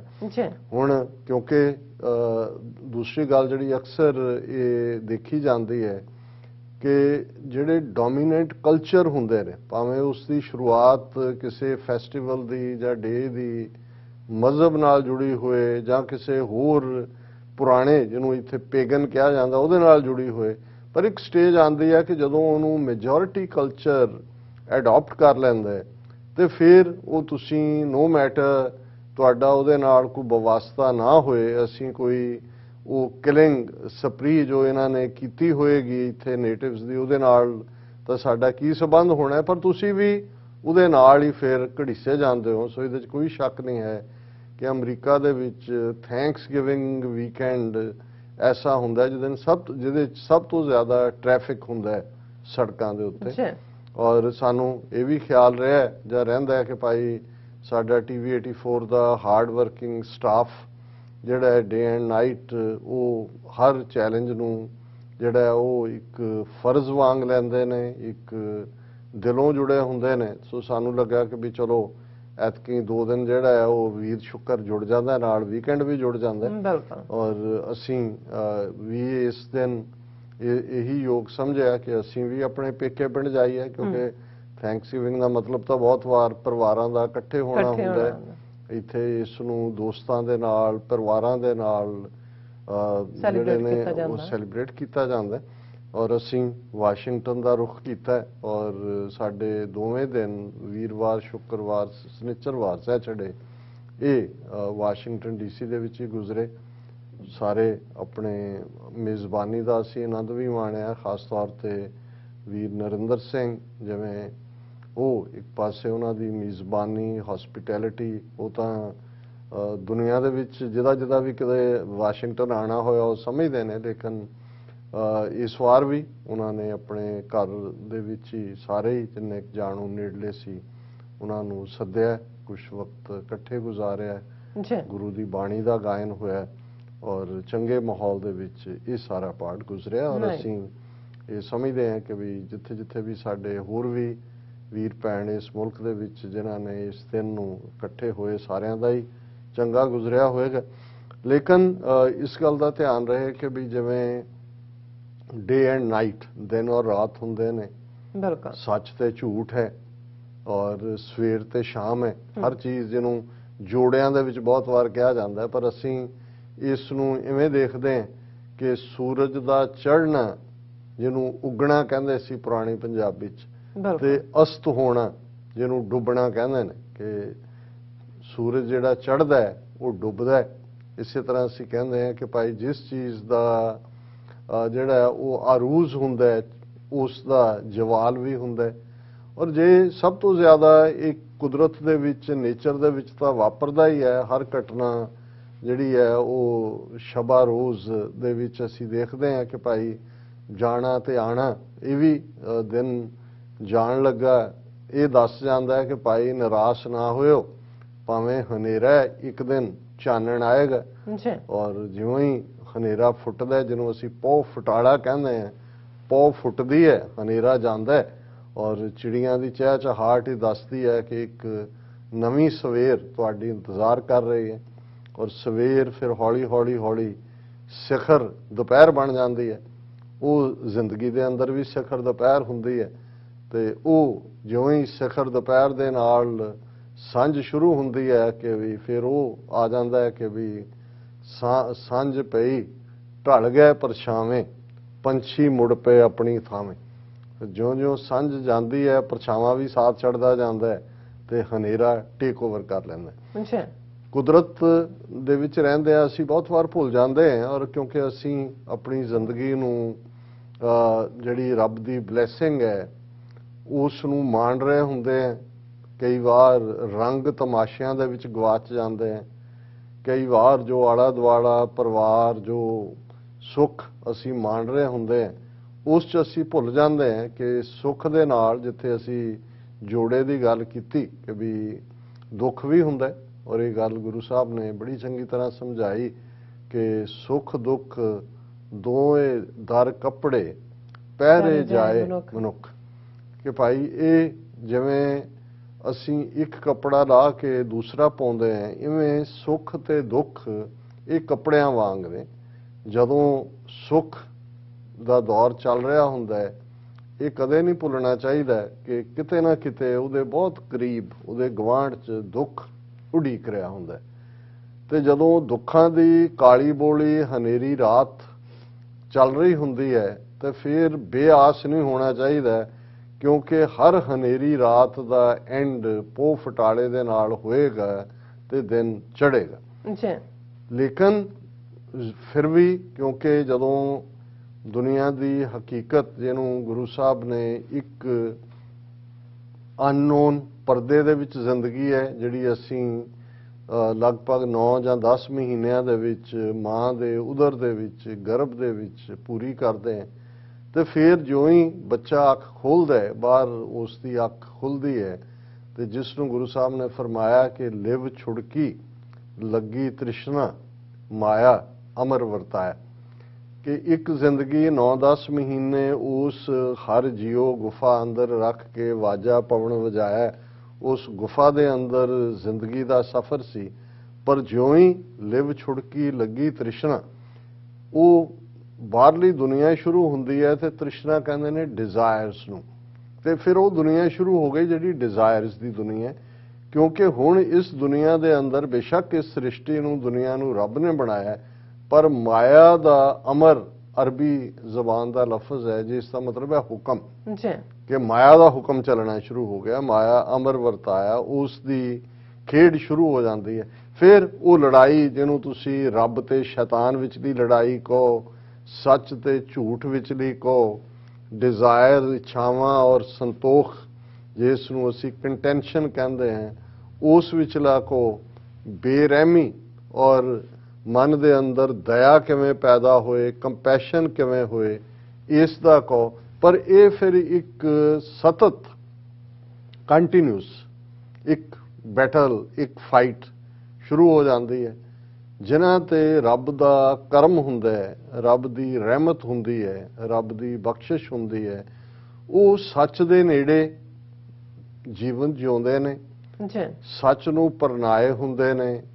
ਉਹ ਦੁਨੀਆ ਦੇ ਸਾਰੇ ਦੁੱਖੋ ਤਕਲੀਫ ਉਸ ਨੂੰ ਸਹਾਰਦਿਆਂ ਹੋਇਆਂ ਵੀ ਸੱਚ ਦੀ ਵਾਟ ਤੇ ਚੱਲਦੇ ਨੇ, ਸੱਚ ਦੇ ਪੈਂਡੇ ਤੇ ਚੱਲਦੇ ਨੇ, ਤੇ ਉਹ ਅਖੀਰ ਸੱਚ ਦੇ ਸਫ਼ਰ ਦੇ ਉੱਤੇ ਨਿਕਲੇ ਹੋਏ ਆਪਣੀ ਜ਼ਿੰਦਗੀ ਦੇ ਸਾਹ ਪੂਰੇ ਕਰਕੇ ਸੱਚ ਦੇ ਵਿੱਚ ਹੀ ਸਮਾ ਜਾਂਦੇ ਨੇ। ਉਹਨਾਂ ਪ੍ਰਥਾਏ ਅਸੀਂ ਫਿਰ ਇਹ ਕਹਿੰਦੇ ਹਾਂ ਕਿ ਭਾਈ ਜਿਵੇਂ ਜਿਉਂ ਜਲ ਮੈਂ ਜਲ ਆਏ ਖਟਾਨਾ, ਤਿਉਂ ਜੋਤੀ ਸੰਗ ਜੋਤ ਸਮਨ, ਕਿ ਜਿਵੇਂ ਪਾਣੀ ਦੇ ਵਿੱਚ ਪਾਣੀ ਰਲ ਜਾਂਦਾ ਹੈ, ਇਵੇਂ ਉਹਨਾਂ ਦੇ ਜੀਵਨ ਦਾ ਸਫ਼ਰ ਜਿਹੜਾ ਉਹ ਸੱਚ ਦੇ ਵਿੱਚ ਹੀ ਪਰੋਏ ਹੋਏ, ਸੱਚ ਦੇ ਵਿੱਚ ਸਮੋਏ ਹੋਏ, ਸੱਚ ਦੇ ਵਿੱਚ ਇਮਰਸਡ ਉਹਨਾਂ ਦੀ ਜ਼ਿੰਦਗੀ ਗੁਜ਼ਰਦੀ ਹੈ। ਇੱਕ ਸਾਡੇ ਵਰਗੇ ਉਹ ਲੋਕ ਨੇ ਜਿਹੜੇ ਡਿਜ਼ਾਇਰਸ ਦੇ, ਇੱਛਾਵਾਂ ਦੇ ਪਿੱਛੇ ਲੱਗ ਕੇ ਇੱਕ ਤੋਂ ਬਾਅਦ ਇੱਕ ਇਵੇਂ ਜ਼ਿੰਦਗੀ ਦੀ ਦੌੜ ਦੇ ਵਿੱਚ ਸ਼ਾਮਲ ਹੁੰਦੇ ਨੇ, ਦੌੜ ਰਹੇ ਹੁੰਦੇ ਨੇ, ਜਿਸ ਨੂੰ ਗੁਰੂ ਸਾਹਿਬ ਨੇ ਫਰਮਾਇਆ ਕਿ ਮ੍ਰਿਗ ਤ੍ਰਿਸ਼ਨਾ ਜਿਉਂ ਇਹੋ ਜਗ ਜਾਨੂ। ਹੁਣ ਮ੍ਰਿਗ ਤ੍ਰਿਸ਼ਨਾ ਕੀ ਹੈ, ਜਿਹਨੂੰ ਸਾਇੰਸ ਦੀ ਜ਼ੁਬਾਨ 'ਚ ਮਿਰਾਜ ਕਿਹਾ ਜਾਂਦਾ ਹੈ। ਇਹ ਫਿਨੋਮੀਨਾ, ਮ੍ਰਿਗ ਵੈਸੇ ਹਿਰਨ ਨੂੰ ਕਹਿੰਦੇ ਨੇ, ਤੇ ਇਹ ਹਿਰਨ ਦੀ ਪਿਆਸ ਕੀ ਹੈ ਡੈਜ਼ਰਟ ਦੇ ਅੰਦਰ, ਜਿੱਥੇ ਉਹ ਪਿਆਸਾ ਪਾਣੀ ਲੱਭ ਰਿਹਾ ਹੈ, ਸੂਰਜ ਦੀਆਂ ਕਿਰਨਾਂ ਰੇਤੇ ਦੇ ਨਾਲ ਇੰਟਰੈਕਟ ਕਰਦੀਆਂ, ਇੱਕ ਡਿਸਟੈਂਸ ਤੋਂ, ਇੱਕ ਵਿੱਥ ਤੋਂ ਹਿਰਨ ਨੇ ਮਹਿਸੂਸ ਕਰਦਾ ਹੈ ਕਿ ਪਾਣੀ ਦਾ ਤਲਾਬ ਹੈ, ਪਾਣੀ ਦਾ ਛੱਪੜ ਹੈ, ਪਾਣੀ ਦਾ ਸਰੋਵਰ ਹੈ, ਵਾਟਰ ਹੈ, ਔਰ ਉਹ ਦੌੜਦਾ ਹੈ ਫਿਰ ਤੇਜ਼ੀ ਦੇ ਨਾਲ, ਚੁੰਗੀਆਂ ਭਰਦੇ ਜਾਂਦਾ ਹੈ। ਜਦੋਂ ਉੱਥੇ ਪਹੁੰਚਦਾ ਹੈ ਉੱਥੇ ਕੁਝ ਵੀ ਨਹੀਂ ਹੁੰਦਾ, ਔਰ ਉਹਦੀ ਫਿਰ ਨਜ਼ਰ ਡਿਸਟੈਂਸ ਦੇ ਉੱਤੇ ਜਾਂਦੀ ਹੈ ਤੇ ਉਹਨੂੰ ਉਹੀ ਜਿਹੜਾ ਕਿ ਇੱਕ ਫਿਨੋਮੀਨਾ ਰੇਤ ਦੇ ਉਹਨਾਂ ਕਿਣਕਿਆਂ ਦੇ ਨਾਲ ਸੂਰਜ ਦੀ ਰੌਸ਼ਨੀ ਪਰ ਡੈਜ਼ਰਟ ਦੇ ਵਿੱਚ ਕਰ, ਉਹ ਉੱਥੇ ਤੱਕ ਫਿਰ ਪਹੁੰਚਦਾ ਹੈ, ਫਿਰ ਕੁਛ ਨਹੀਂ ਹੁੰਦਾ। ਔਰ ਇਵੇਂ ਹੀ ਉਹ ਪਿਆਸਾ ਉਸ ਮਾਰੂਥਲ ਦੇ ਵਿੱਚ, ਡੈਜ਼ਰਟ ਦੇ ਵਿੱਚ, ਸਹਿਰਾ ਦੇ ਵਿੱਚ ਆਪਣੀ ਜ਼ਿੰਦਗੀ ਖਤਮ ਕਰ ਲੈਂਦਾ। ਔਰ ਇਸ ਨੂੰ ਹੀ ਅਸੀਂ ਇਨਸਾਨੀ ਜ਼ਿੰਦਗੀ ਦੇ ਵਿੱਚ ਜੇ ਦੇਖੀਏ ਕਿ ਅਸੀਂ ਆਪਣੇ ਆਪ ਦੇ ਉੱਤੇ ਸਾਡਾ ਕਾਬੂ ਨਹੀਂ ਹੁੰਦਾ, ਅਸੀਂ ਡਿਜ਼ਾਇਰਸ ਦੇ ਪਿੱਛੇ ਦੌੜ ਰਹੇ ਹੁੰਦੇ ਹਾਂ, ਅਸੀਂ ਇੱਛਾਵਾਂ ਦੇ ਪਿੱਛੇ ਦੌੜ ਰਹੇ ਹੁੰਦੇ ਹਾਂ। ਔਰ ਜਿਹੜੇ ਥੋੜੇ ਬਹੁਤ ਰੱਬ ਵੱਲ ਰੁਖ ਕਰਦੇ ਵੀ ਨੇ, ਉਹ ਰੱਬ ਤੋਂ ਇਹੀ ਡਿਜ਼ਾਇਰਸ ਹੀ ਮੰਗ ਰਹੇ ਹੁੰਦੇ ਨੇ। ਕਦੇ ਅਸੀਂ ਜਿਹੜਾ ਜ਼ਿੰਦਗੀ ਦੇ ਵਿੱਚ ਧਨ ਮੰਗਦੇ ਹਾਂ, ਦੌਲਤ ਮੰਗਦੇ ਹਾਂ, ਕਦੇ ਅਸੀਂ ਵਿਆਹ ਹੋਣਾ ਮੰਗਦੇ ਹਾਂ, ਫਿਰ ਅਸੀਂ ਔਲਾਦ ਮੰਗਦੇ ਹਾਂ, ਫਿਰ ਅਸੀਂ ਕੋਈ ਹੋਰ ਵੱਡਾ ਘਰ ਮੰਗਦੇ ਹਾਂ, ਵੱਡੀ ਨਿੱਕੀ ਨਿੱਕੀ ਚੀਜ਼ ਲਈ ਅਸੀਂ ਜਿਹੜਾ, ਔਰ ਸਾਨੂੰ ਇਹ ਲੱਗ ਰਿਹਾ ਹੁੰਦਾ ਹੈ ਕਿ ਵੀ ਬਸ ਜੇ ਇਹ ਮਿਲ ਜਾਏ ਤੇ ਮੇਰੀ ਤ੍ਰਿਪਤੀ ਹੋ ਜਾਏਗੀ, ਪਰ ਹੁੰਦਾ ਨਹੀਂ ਹੈ ਇਵੇਂ। ਔਰ ਇਹ ਤੁਸੀਂ ਇਸ ਦੌੜ ਦੇ ਵਿੱਚ ਸ਼ਾਮਲ ਹੋਏ ਹੋਏ ਜਿਹੜਾ ਉਹ ਅਖੀਰਲੇ ਐਂਡ ਤੱਕ ਪਹੁੰਚ ਜਾਂਦੇ ਹੋ, ਔਰ ਇਹ ਹਾਲ ਸਾਡਾ ਇਹੀ ਹੁੰਦਾ ਜਿਹਨੂੰ ਗੁਰੂ ਸਾਹਿਬ ਨੇ ਫਿਰ ਫਰਮਾਇਆ ਕਿ ਵਿਣ ਤੁਧ ਹੋਰ ਜੇ ਮੰਗਣਾ, ਸਿਰ ਦੁੱਖਾਂ ਦੇ ਦੁੱਖ ਦੇ ਨਾਮ ਸੰਤੋਖੀਆ, ਉਤਰੇ ਮਨ ਕੀ ਭੁੱਖ। ਕਿ ਭਾਈ ਜੇ ਉਸ ਰੱਬ ਤੋਂ ਬਿਨਾਂ ਅਸੀਂ ਕੁਝ ਵੀ ਮੰਗਦੇ ਹਾਂ ਤੇ ਇਸ ਗੱਲ ਦਾ ਧਿਆਨ ਰਹੇ ਕਿ ਜੋ ਵੀ ਅਸੀਂ ਮੰਗਾਂਗੇ ਰੱਬ ਦੀ ਮੁਹੱਬਤ ਤੋਂ ਬਿਨਾਂ, ਉਸ ਚੋਂ ਅਲਟੀਮੇਟਲੀ ਸੌਰੋ ਨਿਕਲੇਗਾ, ਉਸ ਚੋਂ ਦੁੱਖ ਨਿਕਲੇਗਾ। ਔਰ ਇਹੀ ਮੰਗੀਏ ਕਿ ਹੇ ਵਾਹਿਗੁਰੂ ਆਪਣਾ ਨਾਮ ਦੇ, ਆਪਣੀ ਇਬਾਦਤ ਦੇ, ਆਪਣੀ ਮੁਹੱਬਤ ਦੇ, ਆਪਣੀ ਕੁਰਬਤ ਦੇ, ਔਰ ਆਪਣੀ ਉਸ ਮੁਹੱਬਤ ਤੇ ਕੁਰਬਤ ਦੇ ਚਲਦਿਆਂ ਫਿਰ ਮੈਨੂੰ ਇਹ ਸਮਰੱਥਾ ਦੇ, ਇਹ ਹਿੰਮਤ ਦੇ ਕਿ ਤੇਰੀ ਇਸ ਖਲਕਤ ਦੀ ਮੈਂ ਖਿਦਮਤ ਕਰ ਸਕਾਂ, ਤੇਰੀ ਇਸ ਦੁਨੀਆ ਦੇ ਵਿੱਚ ਮੇਰੀ ਜ਼ਿੰਦਗੀ ਦਾ ਪਰਪਸ ਤੇਰੇ ਪਿਆਰ ਦੇ ਵਿੱਚ ਜਿਉਂਦਿਆਂ ਬਾਕੀਆਂ ਦੀ ਸੇਵਾ ਹੋਏ। ਇਸ ਨੂੰ ਅਸੀਂ ਕਹਿੰਦੇ ਹਾਂ ਕਿ ਭਾਈ ਜਿਹੜੇ ਲੋਕ ਫਿਰ ਇਸ ਲੈਵਲ ਦੇ ਉੱਤੇ ਪਹੁੰਚ ਜਾਂਦੇ ਨੇ, ਉਹਨਾਂ ਪ੍ਰਥਾਏ ਗੁਰੂ ਸਾਹਿਬ ਨੇ ਫਰਮਾਇਆ ਕਿ ਜਨਮ ਮਰਨ ਦੋਹੋਂ ਮੈਂ ਨਾਹੀ ਜਨ ਪਰ ਉਪਕਾਰੀ ਆਏ, ਕਿ ਜਿਹੜੇ ਦੂਸਰਿਆਂ ਦੇ ਲਈ ਜਿਉਂਦੇ ਨੇ ਜੀ ਦਾਨ ਦੇ ਭਗਤੀ ਲਾਇਨ ਹਰ ਸਿਉ ਲੈਣ ਮਿਲਾਏ, ਕਿ ਇਹ ਜਿਹੜੇ ਨੇ ਨਾ ਇਹਨਾਂ ਨੂੰ ਤੁਸੀਂ ਆਮ ਦੁਨੀਆਦਾਰਾਂ ਵਾਂਗ ਜਿਹੜੇ ਕਿ ਜਨਮ ਮਰਨ ਦੇ ਗੇੜ ਦੇ ਵਿੱਚ, ਜਿਹਦੇ ਲਈ ਅਕਸਰ 84 ਲੱਖ ਜੂਨੀ 'ਚ ਭਟਕਣ ਦੀ ਗੱਲ ਅਸੀਂ ਕਰਦੇ ਵੀ ਇਹ ਉਹ ਰੂਹਾਂ ਨੇ ਜਿਹੜੀਆਂ ਜਨਮ ਔਰ ਮਰਨ ਦੇ ਵਿੱਚ ਨਹੀਂ ਹੁੰਦੀਆਂ। ਉਹਨਾਂ ਦੇ ਜੀਵਨ ਦਾ ਆਧਾਰ ਪਰਉਪਕਾਰ ਹੁੰਦਾ ਹੈ ਔਰ ਉਹ ਦੂਸਰਿਆਂ ਨੂੰ ਜ਼ਿੰਦਗੀ ਦਿੰਦੀਆਂ ਨੇ, ਔਰ ਉਹਨਾਂ 'ਚ ਫਿਰ ਤੁਸੀਂ ਉਹ ਇੱਕ ਲੰਬੀ ਫਰਿਸ਼ਤ ਬਣ ਜਾਏਗੀ ਜਿਸ ਦੇ ਵਿੱਚ ਜਿਹੜੇ ਲੋਕ ਕਿਸੇ ਪਰਪਸ ਲਈ ਜਿਉਂਦੇ ਨੇ, ਜਿਹੜੇ ਲੋਕ ਆਪਣੇ ਲੋਕਾਂ ਦੇ ਲਈ ਇਨਸਾਫ ਲੈਣ ਲਈ ਜਿਉਂਦੇ ਨੇ, ਜਿਹੜੇ ਲੋਕ ਆਪਣੇ ਲੋਕਾਂ ਦੇ ਹੱਕਾਂ ਲਈ ਕੁਰਬਾਨ ਹੋ ਜਾਂਦੇ ਨੇ, ਜੰਗ ਦੇ ਮੈਦਾਨ ਦੇ ਵਿੱਚ ਜਿਹੜੇ ਜੂਝਦੇ ਨੇ ਔਰ ਇਸ ਡਿਜ਼ਾਇਰ ਦੇ ਨਾਲ ਕਿ ਉਹਨਾਂ ਨੇ ਕੁਰਬਾਨ ਹੋਣਾ, ਅਲਟੀਮੇਟ ਪ੍ਰਵਾਨਗੀ ਤਾਂ ਰੱਬ ਤੋਂ ਮਿਲਣੀ ਹੈ। ਮਰਨ ਮਨੁਸ਼ਾ ਸੂਰਿਆਂ ਹੱਕ ਹੈ, ਇਹ ਹੱਕ ਹੈ ਸੂਰਬੀਰ ਦਾ, ਬਹਾਦਰ ਦਾ। ਮਨਸ਼ਾ ਡਿਜ਼ਾਇਰ ਨੂੰ ਕਹਿੰਦੇ ਨੇ, ਮਨਸ਼ਾ ਤੋਂ ਆਇਆ ਕਿ ਇਹ ਉਸ ਸੂਰਬੀਰ ਦਾ ਹੱਕ ਹੈ ਕਿ ਉਹ ਡਿਜ਼ਾਇਰ ਕਰੇ ਕਿ ਮੈਂ ਕੁਰਬਾਨ ਹੋਣਾ ਆਪਣੀ ਕੌਮ ਤੋਂ, ਆਪਣੇ ਕੌਜ਼ ਤੋਂ, ਪਰ ਜੇ ਹੋਏ ਮਰੇ ਪਰਵਾਨੋਂ, ਪਰ ਉਹਨੂੰ ਪ੍ਰਵਾਨ ਕਰਨਾ ਜਾਂ ਨਹੀਂ ਇਹ ਰੱਬ ਦੀ ਗੱਲ ਹੈ। ਅਸੀਂ ਠੀਕ ਹੈ, ਅਸੀਂ ਬਹੁਤ ਵਾਰ ਕਿਸੇ ਨੂੰ ਟ੍ਰਿਬਿਊਟ ਦੇ ਸਕਦੇ ਹਾਂ ਜੋ ਸਾਡੀਆਂ ਅੱਖਾਂ ਨੇ ਦੇਖਿਆ, ਪਰ ਬਹੁਤ ਕੁਝ ਤਾਂ ਐਸਾ ਵੀ ਹੈ ਜਿਹੜਾ ਸਾਨੂੰ ਨਹੀਂ ਪਤਾ, ਜਿਹੜਾ ਰੱਬ ਜਾਣਦਾ ਹੈ, ਖੁਦਾ ਜਾਣਦਾ ਹੈ, ਉਹ ਸਾਡੇ ਮਰਮੀ ਹੈ, ਭੇਤੀ ਹੈ। ਹੁਣ ਇਹ ਸਾਰਾ ਨਾਲ ਨਾਲ ਚੱਲਦਾ, ਜਿੱਥੇ ਇੱਕ ਪਾਸੇ ਅਸੀਂ ਸੈਲੀਬ੍ਰੇਸ਼ਨ 'ਚ ਹੁੰਦੇ ਹਾਂ, ਅਸੀਂ ਕਿਸੇ ਚੀਜ਼ ਨੂੰ ਇੰਜੋਏ ਕਰ ਰਹੇ ਹੁੰਦੇ ਹਾਂ, ਨਾਲ ਦੀ ਨਾਲ ਜਦੋਂ ਕੁਝ ਐਸੀ ਖਬਰ ਆਉਂਦੀ ਹੈ ਜਾਂ ਐਸਾ ਕੁਝ ਸੁਣਨ 'ਚ ਆਉਂਦਾ ਹੈ ਜਿਨ੍ਹਾਂ ਦੇ ਨਾਲ ਤੁਸੀਂ ਕੋਈ ਚੰਦ ਪਲ ਸਾਂਝੇ ਕੀਤੇ ਹੁੰਦੇ ਨੇ, ਕੁਝ ਉਹ ਨੇ ਜਿਹੜੇ ਤੁਹਾਡੇ ਲੰਗੋਟੀਏ ਹੁੰਦੇ ਨੇ, ਕੁਝ ਉਹ ਨੇ ਜਿਨ੍ਹਾਂ ਨੂੰ ਤੁਸੀਂ ਮਹਿਸੂਸ ਕਰ ਰਹੇ ਹੁੰਦੇ ਹੋ ਕਿ ਬੇਸ਼ੱਕ ਤੁਹਾਡਾ ਕੋਈ ਪਰਿਵਾਰਕ ਸੰਬੰਧ ਵੀ ਨਹੀਂ ਹੈ, ਕੋਈ ਯਾਰਾਨਾ ਵੀ ਨਹੀਂ ਹੈ, ਪਰ ਉਹ ਕੌਮ ਦੀ ਖਿਦਮਤ ਵਿੱਚ ਇਸ ਕਦਰ ਰੱਤੇ ਹੁੰਦੇ ਨੇ ਕਿ ਤੁਹਾਨੂੰ ਇੰਨਾ ਜ਼ਿਆਦਾ ਮਹਿਸੂਸ ਹੁੰਦਾ ਹੈ ਕੋਈ ਉਹਨਾਂ ਨਾਲ ਜੁੜੀ ਖਬਰ ਕਿ ਜਿੰਨਾ ਸ਼ਾਇਦ ਤੁਹਾਨੂੰ ਕਈ ਵਾਰ ਰਿਸ਼ਤੇ ਤਾਂ ਅਹਿਸਾਸ ਦੇ ਹੀ ਹੁੰਦੇ ਨੇ, ਅਦਰਵਾਈਜ਼ ਜੇ ਅਹਿਸਾਸ ਦੇ ਰਿਸ਼ਤੇ ਨਾ ਹੁੰਦੇ ਤਾਂ ਭਰਾਵਾਂ ਦੇ ਉੱਤੇ ਜਿਹੜਾ ਉਹ ਅਦਾਲਤਾਂ 'ਚ ਕਿਉਂ ਚੜ੍ਹੇ ਹੁੰਦੇ, ਮੁਕੱਦਮੇ ਦੇਖ ਲਓ, ਸਿਰ ਕਿਉਂ ਵੱਢ ਰਹੇ ਹੁੰਦੇ। ਅੱਜ ਵੀ ਉਹ ਘਰ ਦੀ ਤੁਸੀਂ ਕਹਾਣੀ ਦੇਖ ਸਕਦੇ ਹੋ ਕਿ ਕਿੰਨੀਆਂ ਵੱਡੀਆਂ ਰਿਸ਼ਤੇਦਾਰੀਆਂ ਹੋਣ, ਅਲਟੀਮੇਟਲੀ ਕਿੱਥੇ ਜਾ ਕੇ ਜੁੜਦਾ ਉਹੀ ਦੌਲਤ। ਕੋਈ ਘਰ ਦੇ ਬਟਵਾਰੇ ਤੇ ਭਰਾ ਲੜ ਰਹੇ ਹੁੰਦੇ ਨੇ, ਜ਼ਮੀਨਾਂ ਤੇ ਲੜ ਰਹੇ ਹੁੰਦੇ ਨੇ, ਕਈ ਵਾਰੀ ਕੁਝ ਵੀ ਨਹੀਂ ਹੁੰਦਾ, ਐਵੇਂ ਈਰਖਾ ਕਰ ਰਹੇ ਹੁੰਦੇ ਨੇ, ਪਰ ਇੱਕ ਉਹ ਰਿਸ਼ਤੇ ਨੇ ਅਹਿਸਾਸ ਦੇ ਜਿੱਥੇ ਤੁਸੀਂ ਮਹਿਸੂਸ ਕਰਦੇ ਹੋ ਕਿ ਵੀ ਇਹਦੇ ਲਈ ਇੱਥੇ ਤਾਂ ਉਹ ਲਫ਼ਜ਼ ਕਈ ਵਾਰੀ ਉਹ ਸੋਲਮੇਟ ਇੱਕ ਡਿਫਰੈਂਟ ਕੰਟੈਕਸਟ 'ਚ ਇਸਤੇਮਾਲ ਹੁੰਦਾ ਹੈ, ਉਹ ਤੁਸੀਂ ਸੋਲਮੇਟ ਵੀ ਜੇ ਕਹਿਣਾ ਹੋਏ ਕਿ ਜਿਨ੍ਹਾਂ ਨਾਲ ਤੁਸੀਂ ਰੂਹ ਦੀ ਸਾਂਝ ਮਹਿਸੂਸ ਕਰਦੇ ਹੋ। ਸੋ ਅਸੀਂ ਜਿਵੇਂ ਸੈਟਰਡੇ ਦੀ ਗੱਲ ਕੀਤੀ ਕਿ ਭਾਈ ਸਾਡਾ ਵਾਪਸੀ ਆਉਣ ਦਾ ਸੀ ਔਰ ਕੁਦਰਤੀ ਭਾਈ ਨਰਿੰਦਰ ਸਿੰਘ ਹੋਰੀ ਉਹਨਾਂ ਦੀ ਸਵੇਰੇ ਕਾਲ ਆਈ 10 ਵਜੇ ਦੇ ਕਰੀਬ ਕਿ ਵੀ ਕਿਉਂਕਿ ਅਸੀਂ ਠਹਿਰਦੇ ਚੱਠਾ ਸਾਹਿਬ ਵਾਲੇ ਹਮੇਸ਼ਾ, ਇਸ ਵਾਰ ਹੁਣ ਉਹ ਆਪਣੇ ਨਵੇਂ ਕਾਰੋਬਾਰ 'ਚ ਜ਼ਿਆਦਾ ਰੁੱਝੇ ਨੇ, ਬਹੁਤਾ ਵਕਤ ਨਹੀਂ ਉਹਨਾਂ ਨਾਲ ਗੁਜ਼ਾਰਿਆ। ਹਾਲਾਂ ਜਿਹੜਾ ਫਰਾਈਡੇ ਦੀ ਸ਼ਾਮ ਅਸੀਂ ਇਕੱਠੇ ਸੀ ਤਾਂ ਭਾਈ ਨਰਿੰਦਰ ਸੋਰਾ ਨੇ ਕਿਹਾ ਕਿ ਜੀ ਮੈਂ ਤੁਹਾਨੂੰ ਮਿਲਣ ਆਉਣਾ ਚਾਹੁੰਦਾ। ਉਹਨਾਂ ਦੀ ਆਵਾਜ਼ ਤੋਂ ਮੈਨੂੰ ਲੱਗਾ ਕਿ ਵੀ ਵੈਰਾਗ ਦੇ ਵਿੱਚ ਨੇ, ਕੁਝ ਠੀਕ ਨਹੀਂ ਹੈ। ਉਹ ਕਹਿਣ ਲੱਗੇ ਆਪਣੇ ਕੰਮ ਤੇ ਸੀ ਕਿ ਵੀ ਮੈਂ ਤੁਹਾਨੂੰ 10 ਮਿੰਟ ਹੀ ਮਿਲਣਾ ਹੈ ਜਾਣ ਤੋਂ ਪਹਿਲਾਂ ਤੁਹਾਡੇ, ਔਰ ਉਹਨਾਂ ਨੇ ਆ ਕੇ ਫਿਰ ਇੱਕ ਦੁਖਦਾਈ ਖਬਰ ਦੱਸੀ। ਜਿਹੜੇ ਉਹਨਾਂ ਦੇ ਮਿੱਤਰ ਔਰ ਉਹਨਾਂ ਨੇ ਆਪਣੀ ਲਿਖਤ ਵੀ ਜਿਹੜੀ ਸਾਨੂੰ ਬਾਅਦ ਦੇ ਵਿੱਚ ਟੈਕਸਟ ਕੀਤੀ ਕਿ 1969 ਤੋਂ ਜਿਨ੍ਹਾਂ ਦੇ ਨਾਲ ਸਾਂਝ ਵੀਰ ਸੁਖਜਿੰਦਰ ਸਿੰਘ ਰੰਧਾਵਾ ਸੀਐਟਲ ਬੇਸਡ, ਮੈਨੂੰ ਵੀ ਉਹਨਾਂ ਨੂੰ ਮਿਲਣ ਦਾ ਇਤਫਾਕ ਹੋਇਆ। ਔਰ ਹਮੇਸ਼ਾ ਕੁਝ ਲੋਕ ਜਿਹੜੇ ਬੇਸ਼ੱਕ ਇੱਥੇ ਆ ਕੇ ਸਟਰਗਲ ਵੀ ਕੀਤੀ, ਜਿਨ੍ਹਾਂ ਨੇ ਕਰਦੇ ਨੇ, ਉਹਨਾਂ ਨੂੰ ਇਹ ਹੁੰਦਾ ਹੈ ਔਰ ਦਰਸ਼ਕ ਉਹਨਾਂ ਦੀ ਪਿਕਚਰ ਦੇਖ ਸਕਦੇ ਨੇ ਸਕਰੀਨ ਤੇ ਕਿ ਅਸੀਂ ਜਿਹੜਾ ਗਿਵ ਬੈਕ ਕੀ ਕਰੀਏ ਕਮਿਊਨਿਟੀ ਨੂੰ। ਔਰ ਜ਼ਾਹਰ ਹੈ ਕਿ ਉਹਨਾਂ ਨੇ ਬੇਸ਼ੱਕ ਟੈਕਸੀ ਚਲਾਉਣ ਤੋਂ ਹੀ ਆਪਣਾ, ਜਿਵੇਂ ਇੱਥੇ ਹਰ ਕੋਈ ਸਫ਼ਰ ਸ਼ੁਰੂ ਕਰਦਾ ਔਰ ਸੀਐਟਲ 'ਚ ਉਹ ਕਾਮਯਾਬ ਕਾਰੋਬਾਰੀ ਵੀ ਹੋਏ, ਇੱਕ ਰੇਡੀਓ ਪ੍ਰੋਗਰਾਮ ਵੀ ਰਨ ਕਰਦੇ ਸੀ।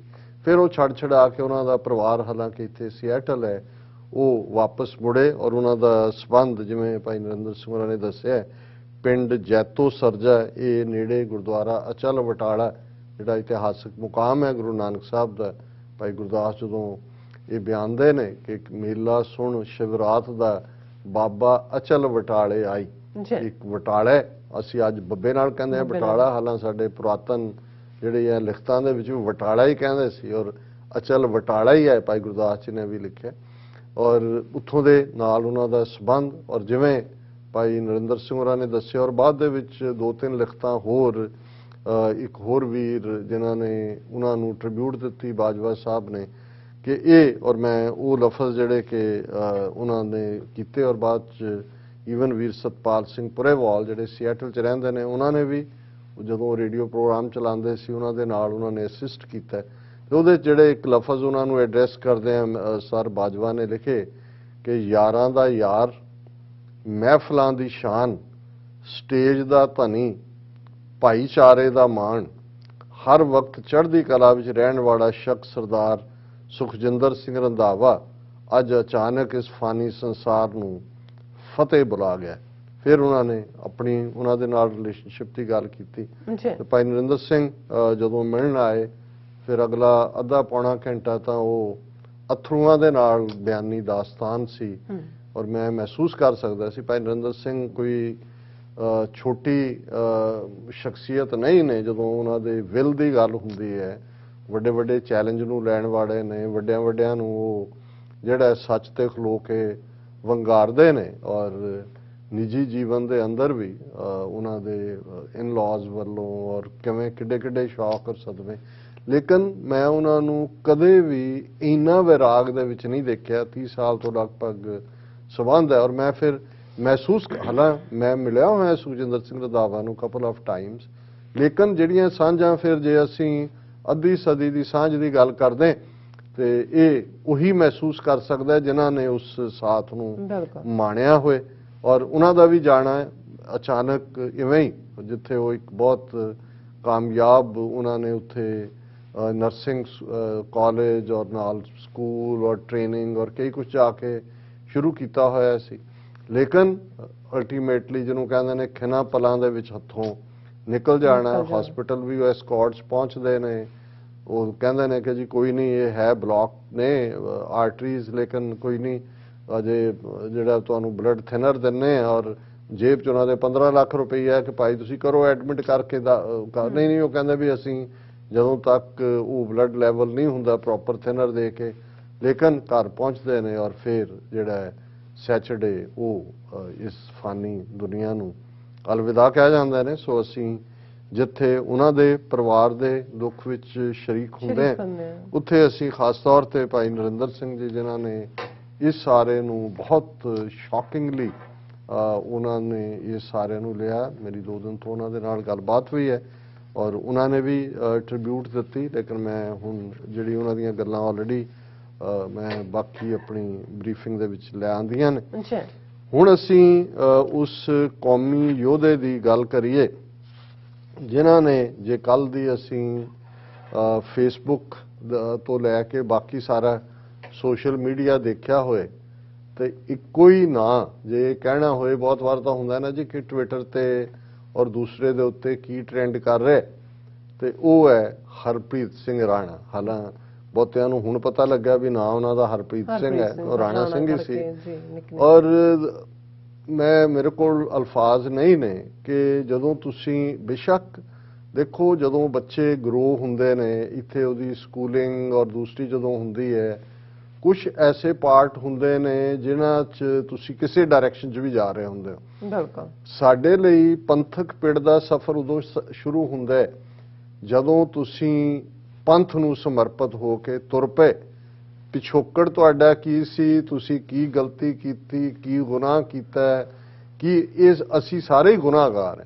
ਲੇਕਿਨ ਇੱਕ ਗੱਲ ਮੈਂ ਇਹ ਦਾਅਵੇ ਨਾਲ ਕਹਿ ਸਕਦਾ ਹਾਂ, ਔਰ ਮੈਂ ਅਕਸਰ ਸਿੱਖਸ ਫਾਰ ਜਸਟਿਸ ਦੇ ਉਹਨਾਂ ਦੇ ਐਕਟਿਵਿਸਟ ਨੂੰ ਵੀ ਮੈਂ ਕਹਿੰਦਾ ਕਿ ਭਾਈ ਜਿਸ ਜ਼ੀਲ ਦੇ ਨਾਲ, ਜਿਸ ਉਤਸ਼ਾਹ ਦੇ ਨਾਲ ਤੁਸੀਂ ਲੱਗੇ ਹੋਏ ਹੋ, ਇਹ ਬੜਾ ਰੇਅਰ ਹੈ ਕਿ ਇੰਨੀ ਡੈਡੀਕੇਟਿਡ ਟੀਮ, ਤੇ ਜੇ ਉਸ ਡੈਡੀਕੇਟਿਡ ਟੀਮ ਦਾ ਦਿਲ ਕਹਿਣਾ ਹੋਏ ਕਿਸੇ ਨੂੰ, ਹਾਰਟ ਜਿਹੜਾ ਥਰੋਬਿੰਗ ਹੈ, ਉਹ ਹਰਪ੍ਰੀਤ ਸਿੰਘ ਰਾਣਾ।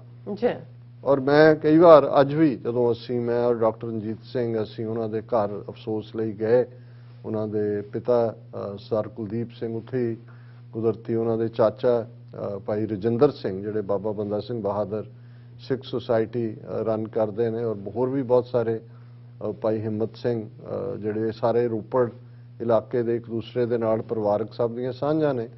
ਉੱਥੇ ਵੀ ਗੱਲ ਕਰਦੇ ਆ ਮੈਂ ਕਿਹਾ ਕਿ ਵੀ ਜਿਵੇਂ ਕੋਈ એનર્ਜੀ ਦਾ ਬੰਬ ਹੁੰਦਾ ਹੈ, ਬੰਬ ਜਿਹਨੂੰ ਪੰਜਾਬੀ ਚ full of enthusiasm and energy, ਹਾਲਾਂ ਤੁਸੀਂ ਚਿਹਰੇ ਵੱਲ ਦੇਖੋ, ਅੱਖਾਂ ਤੋਂ ਤੁਹਾਨੂੰ ਥਕਾਨ ਲੱਗਦਾ ਸੀ ਕਿ ਇਹ ਰਾਤ ਸੁੱਤਾ ਨਹੀਂ ਹੋਣਾ, ਇਹਨੇ ਕੀਤਾ। ਫਿਰ ਜਦੋਂ ਤੁਸੀਂ ਗੱਲ ਤੋਰ ਲਓ ਫਿਰ, ਲੇਕਿਨ ਇੰਨੀ એનર્ਜੀ ਔਰ ਜਿਸ ਜ਼ੀਲ ਦੇ ਨਾਲ ਉਹਨੇ ਖਾਲਿਸਤਾਨ ਦੇ ਕੌਜ਼ ਨੂੰ ਫਿਰ ਆਪਾ ਸਮਰਪਣ ਕੀਤਾ, ਜਨੂਨ ਲਫ਼ਜ਼ ਵੀ ਕਈ ਵਾਰ ਛੋਟਾ ਹੋ ਜਾਂਦਾ ਹੈ। ਔਰ ਇਸ ਹੱਦ ਤੱਕ ਇਹ ਨਹੀਂ ਕਿ ਵੀ ਪ੍ਰੋਟੈਸਟ ਜਾਂ ਡੈਮੋਨਸਟ੍ਰੇਸ਼ਨ ਜਾਂ ਦੂਸਰਾ, ਜਦੋਂ ਉਹਨਾਂ ਨੇ ਟੀਵੀ ਦੇ ਉੱਤੇ ਦੂਸਰੀ ਆਪਣੀ ਪ੍ਰੈਜੈਂਟੇਸ਼ਨ ਵੀ ਸ਼ੁਰੂ ਕੀਤੀ ਸੋ ਐਗਰੈਸਿਵਲੀ।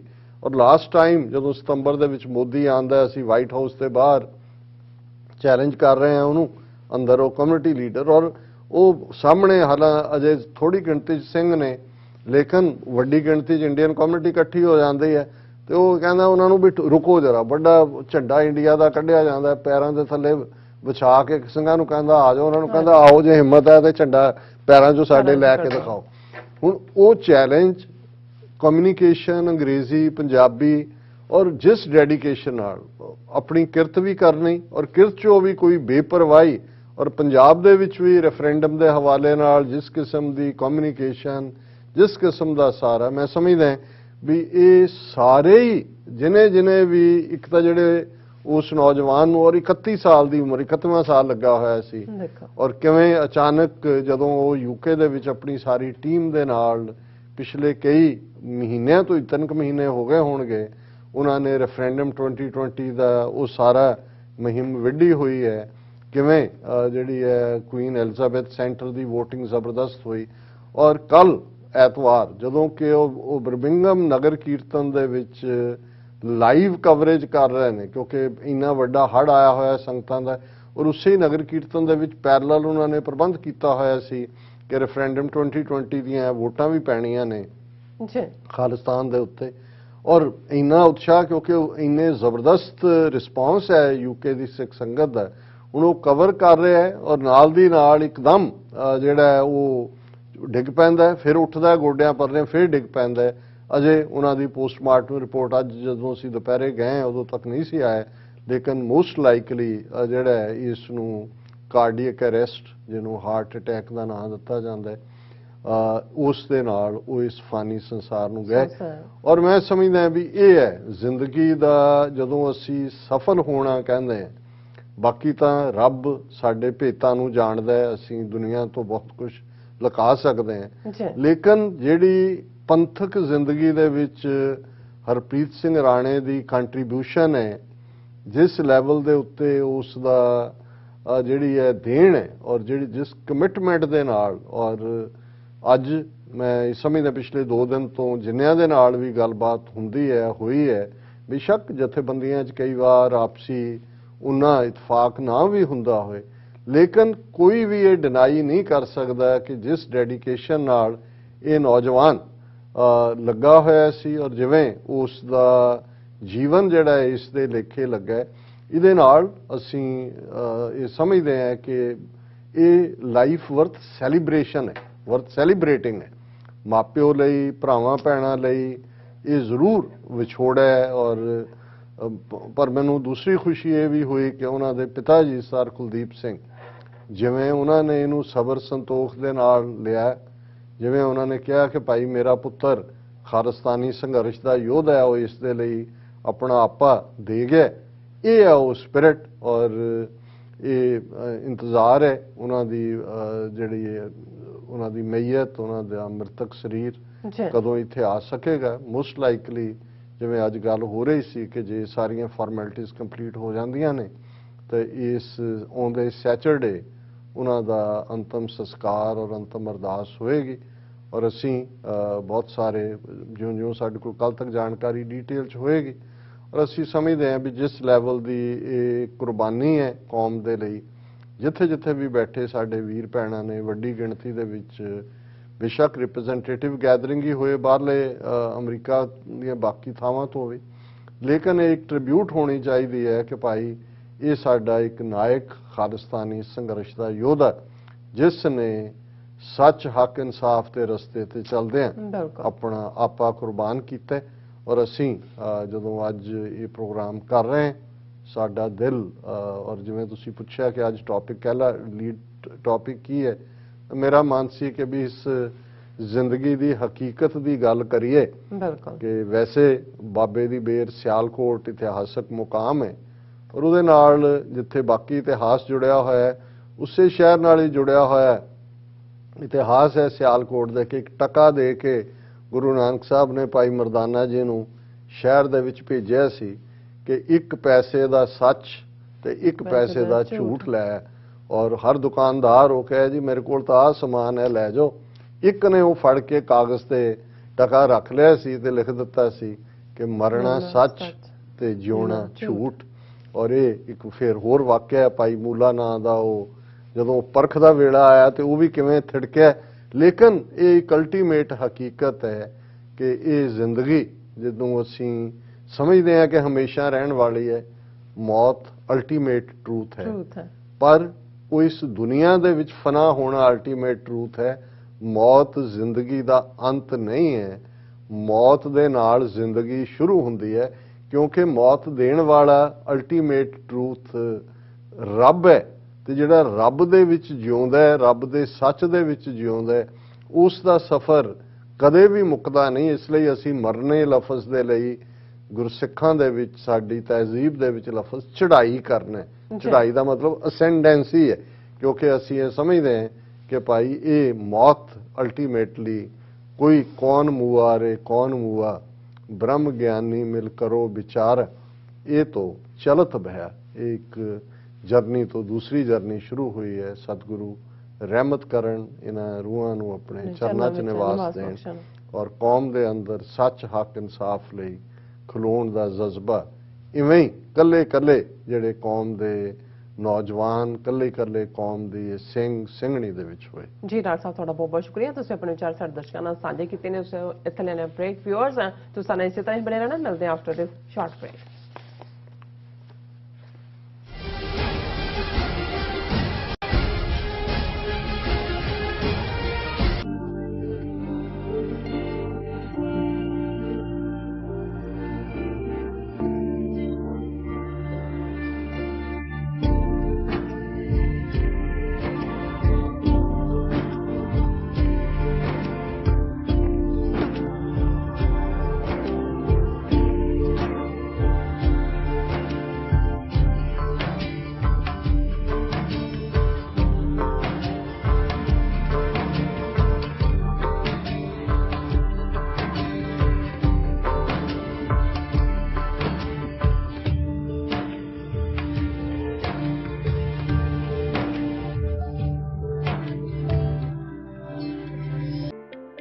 ਸਿਗਨੇਚਰ ਟਰੱਕ ਸਰਵਿਸ ਰਾਊਟ 81 ਉੱਤੇ ਐਗਜ਼ਿਟ 235 ਤੇ ਟਰੱਕਰ ਵੀਰਾਂ ਲਈ 24 ਘੰਟੇ ਰੋਡ ਸਰਵਿਸ ਦੀ ਸੁਵਿਧਾ ਮੌਜੂਦ।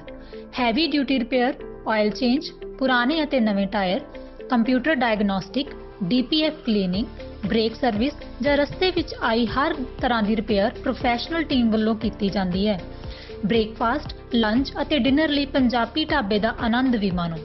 ਡਰਾਈਵਰ ਅਤੇ ਟਰੱਕ ਆਪਰੇਟਰ ਵੀਰ ਡਿਸਪੈਚ ਦੀ ਸਰਵਿਸ ਲਈ ਸਾਡੇ ਨਾਲ ਸੰਪਰਕ ਕਰਨ। Signature truck service 58 triangle drive, ਵੇਅਰਸਕੇਪ, ਵਰਜੀਨੀਆ 24486।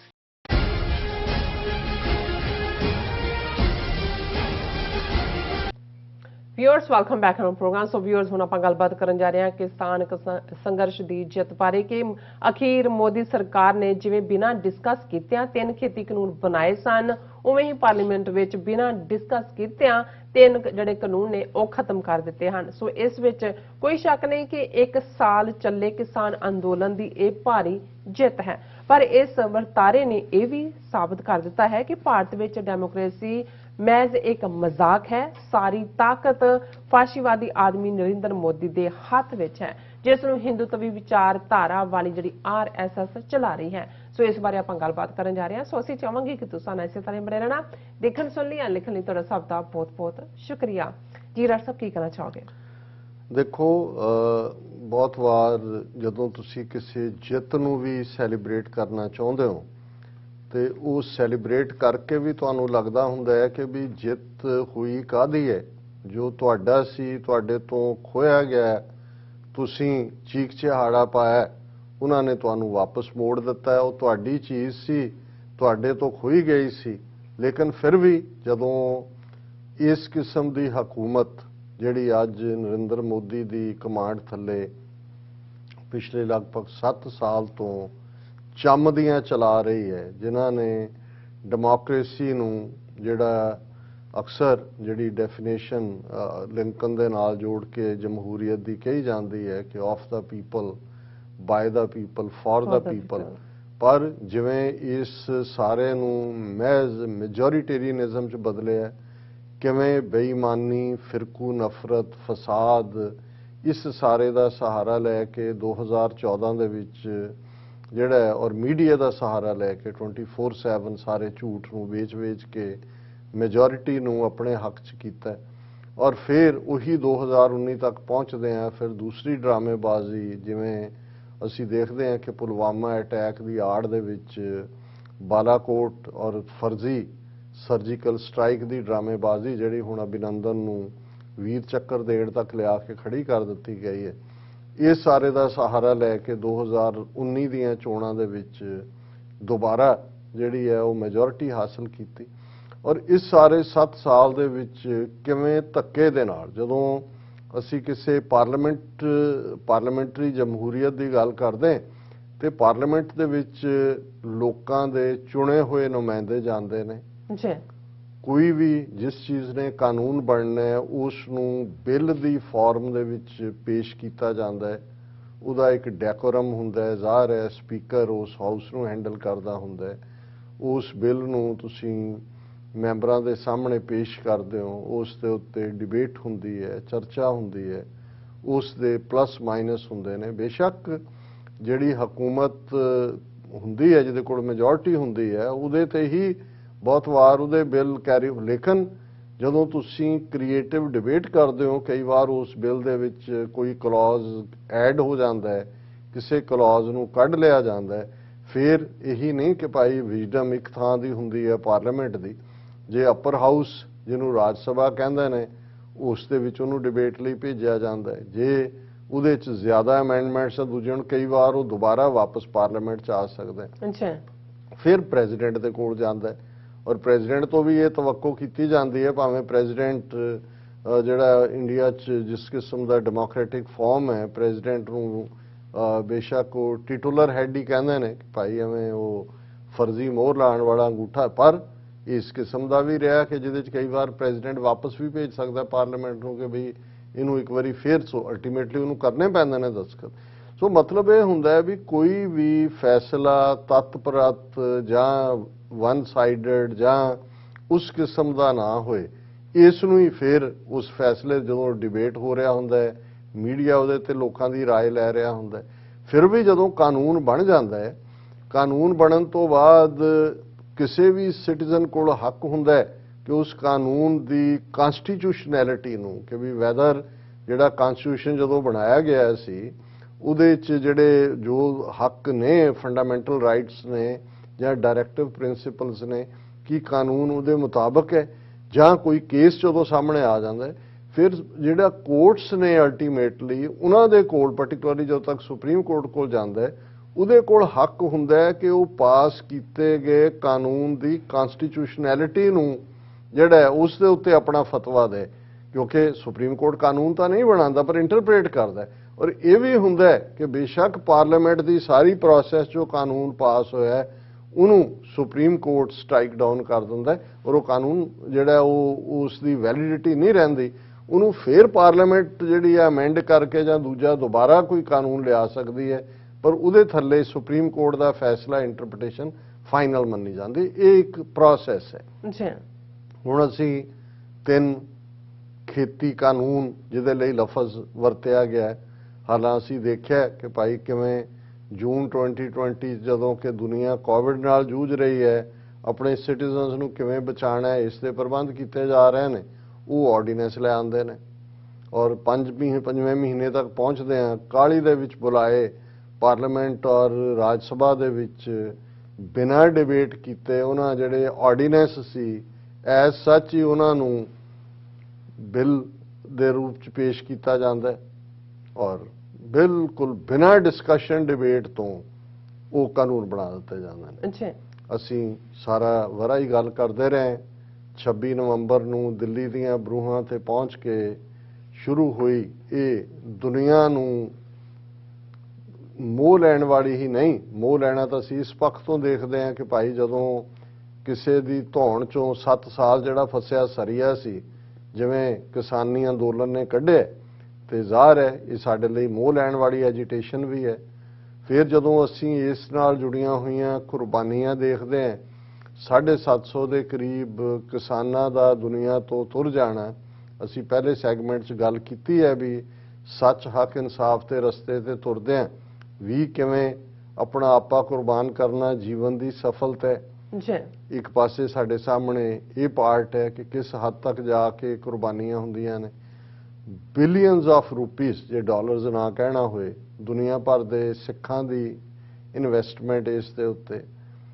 ਉਹ ਬਹਾਦਰ ਪੱਤਰਕਾਰ ਵੀ ਅਸੀਂ ਸਮਝਦੇ ਹਾਂ ਕਿ ਉਹਨਾਂ ਨੂੰ ਸਲੂਟ ਕਰਨਾ ਬਣਦਾ ਹੈ, ਜਿਨ੍ਹਾਂ ਨੇ ਭਾਵੇਂ ਉਹ ਸਿਰਫ ਕਿਸਾਨੀ ਅੰਦੋਲਨ ਤੱਕ ਜਾਂ ਬੀਜੇਪੀ ਆਰਐਸਐਸ ਤੋਂ ਸਤੇ ਹੋਏ ਇਸ ਹੱਦ ਤੱਕ ਸੀ, ਉਹ ਸਮਝਦੇ ਸੀ ਕਿ ਭਾਈ ਇਹਨੂੰ ਕੋਈ ਵੰਗਾਰ ਹੀ ਨਹੀਂ ਸਕਦਾ ਮੋਦੀ ਨੂੰ, ਭਾਵੇਂ ਉਹਨਾਂ 'ਚੋਂ ਬਹੁਤ ਸਾਰੇ ਲੁਕੇ ਕਿਸਾਨੀ ਅੰਦੋਲਨ ਦੇ ਥੱਲੇ ਉਹਨਾਂ ਨੂੰ ਇਸ ਗੱਲ ਦੀ ਖੁਸ਼ੀ ਹੋ ਰਹੀ ਸੀ ਕਿ ਕਿਸੇ ਨੇ ਖਲੋ ਕੇ ਚੈਲੰਜ ਤਾਂ ਕੀਤਾ।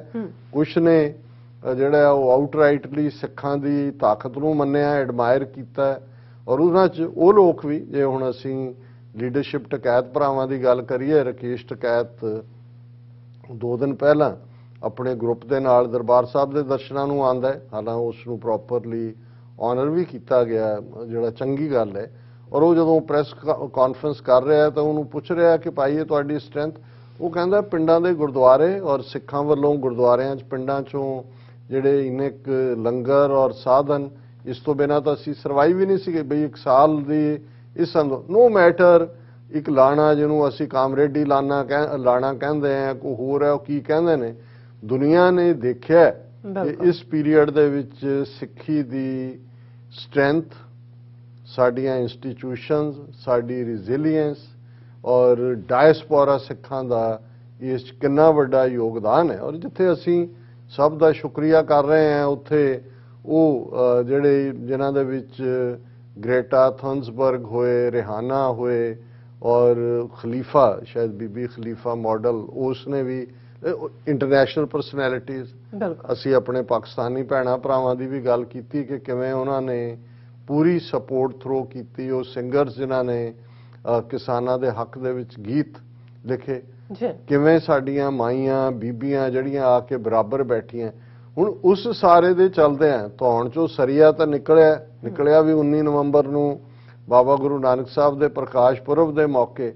ਲੇਕਿਨ ਤੁਸੀਂ ਇਹ ਦੇਖੋ ਕਿ ਭਾਈ ਉਹ ਕਹਿੰਦੇ ਨੇ ਵੀ ਰੱਸੀ ਸੜ ਗਈ ਪਰ ਵੱਟ ਨਹੀਂ ਗਿਆ, ਜਾਂ ਕਿਸੇ ਨੇ ਇਹ ਵੀ ਕਿਹਾ ਕਿ ਭਾਈ ਇਹ ਇਹਨਾਂ ਦੀ ਆਦਤ ਹੈ, ਜਿਸ ਕਿਸਮ ਦਾ ਇਹ ਕੋਝਾ ਕਮੀਨਾ ਦੁਸ਼ਮਣ ਹੈ ਵੀ ਜੇ ਇਹਨਾਂ ਨੇ ਦੁੱਧ ਵੀ ਦੇਣਾ ਤੇ ਮੀਂਗਣਾ ਪਾ ਕੇ ਦੇਣਾ। ਉਹ ਪਹਿਲੇ ਕਹਿੰਦੇ ਸੀ ਕਿ ਦੁੱਧ ਵੀ ਦੇਣਾ ਮੀਂਗਣਾ ਪਾ ਕੇ ਦੇਣਾ, ਔਰ ਹੁਣ ਜਦੋਂ ਕਿ ਇਹਦੇ ਬਾਵਜੂਦ ਕਿ ਐਲਾਨ ਕਰਤਾ 19 ਨਵੰਬਰ ਨੂੰ ਕਿ ਜੀ ਅਸੀਂ ਵਾਪਸ ਲਵਾਂਗੇ। ਅੱਜ ਇੱਕ MP ਕਹਿ ਰਹੀ ਸੀ, ਬੀਬੀ ਮੋਇਆ ਕਿ ਕੀ ਉਹਦਾ ਨਾਂ ਹੈ, ਤ੍ਰਿਣਮੂਲ ਕਾਂਗਰਸ ਦੀ, ਕਿਉਂਕਿ ਅੰਦਰ ਤਾਂ ਪਾਰਲੀਮੈਂਟ ਦੇ ਜਿਵੇਂ ਬਿਨਾਂ ਡਿਸਕਸ਼ਨ ਕੀਤੇ ਉਹਨੂੰ ਪਾਸ ਕਰਾਇਆ ਸੀ, ਉਵੇਂ ਹੀ ਬਿਨਾਂ ਡਿਸਕਸ਼ਨ ਕੀਤਾ ਉਹਨੂੰ ਵਾਪਸ ਵੀ ਲੈ ਲਿਆ। ਮਤਲਬ ਇਹ ਹੈ ਕਿ ਰਾਜ ਇੱਕ ਬੰਦੇ ਦਾ ਹੈ ਜਿਹਨੂੰ ਭਾਵੇਂ RSS ਰਨ ਕਰ ਰਹੀ ਹੈ, ਬਿਨਾਂ ਡਿਸਕਸ਼ਨ ਦੇ ਜਿਹੜਾ ਉਹਨੂੰ ਪਾਸ ਕਰਾ ਦਿੱਤਾ ਗਿਆ ਸੀ ਔਰ ਬਿਨਾਂ ਡਿਸਕਸ਼ਨ ਤੋਂ ਉਹਨੂੰ ਵਾਪਸ ਲੈ ਲਿਆ ਗਿਆ।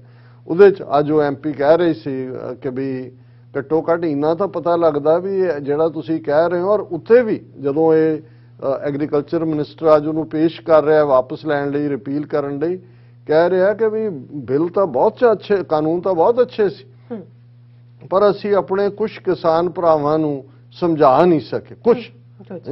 ਸੋ ਮਤਲਬ ਇਹ ਹੈ ਕਿ ਇਹਦੇ ਬਾਵਜੂਦ ਕਿ ਭਾਈ ਤੁਸੀਂ ਕਿੰਨੀ ਖੱਜਲ ਨਾ 750 ਤੋਂ ਜ਼ਿਆਦਾ ਜਿਹੜੀਆਂ ਮੌਤਾਂ ਨੇ ਉਹਨਾਂ ਦੇ ਲਈ ਕੌਣ ਜ਼ਿੰਮੇਵਾਰ ਹੈ? ਬਿਲਕੁਲ। ਬਿਲੀਅਨਸ ਆਫ ਰੁਪੀਸ, ਕਿੰਨੀ ਸਫਰਿੰਗ, ਕਿੰਨੀ ਤਕਲੀਫ।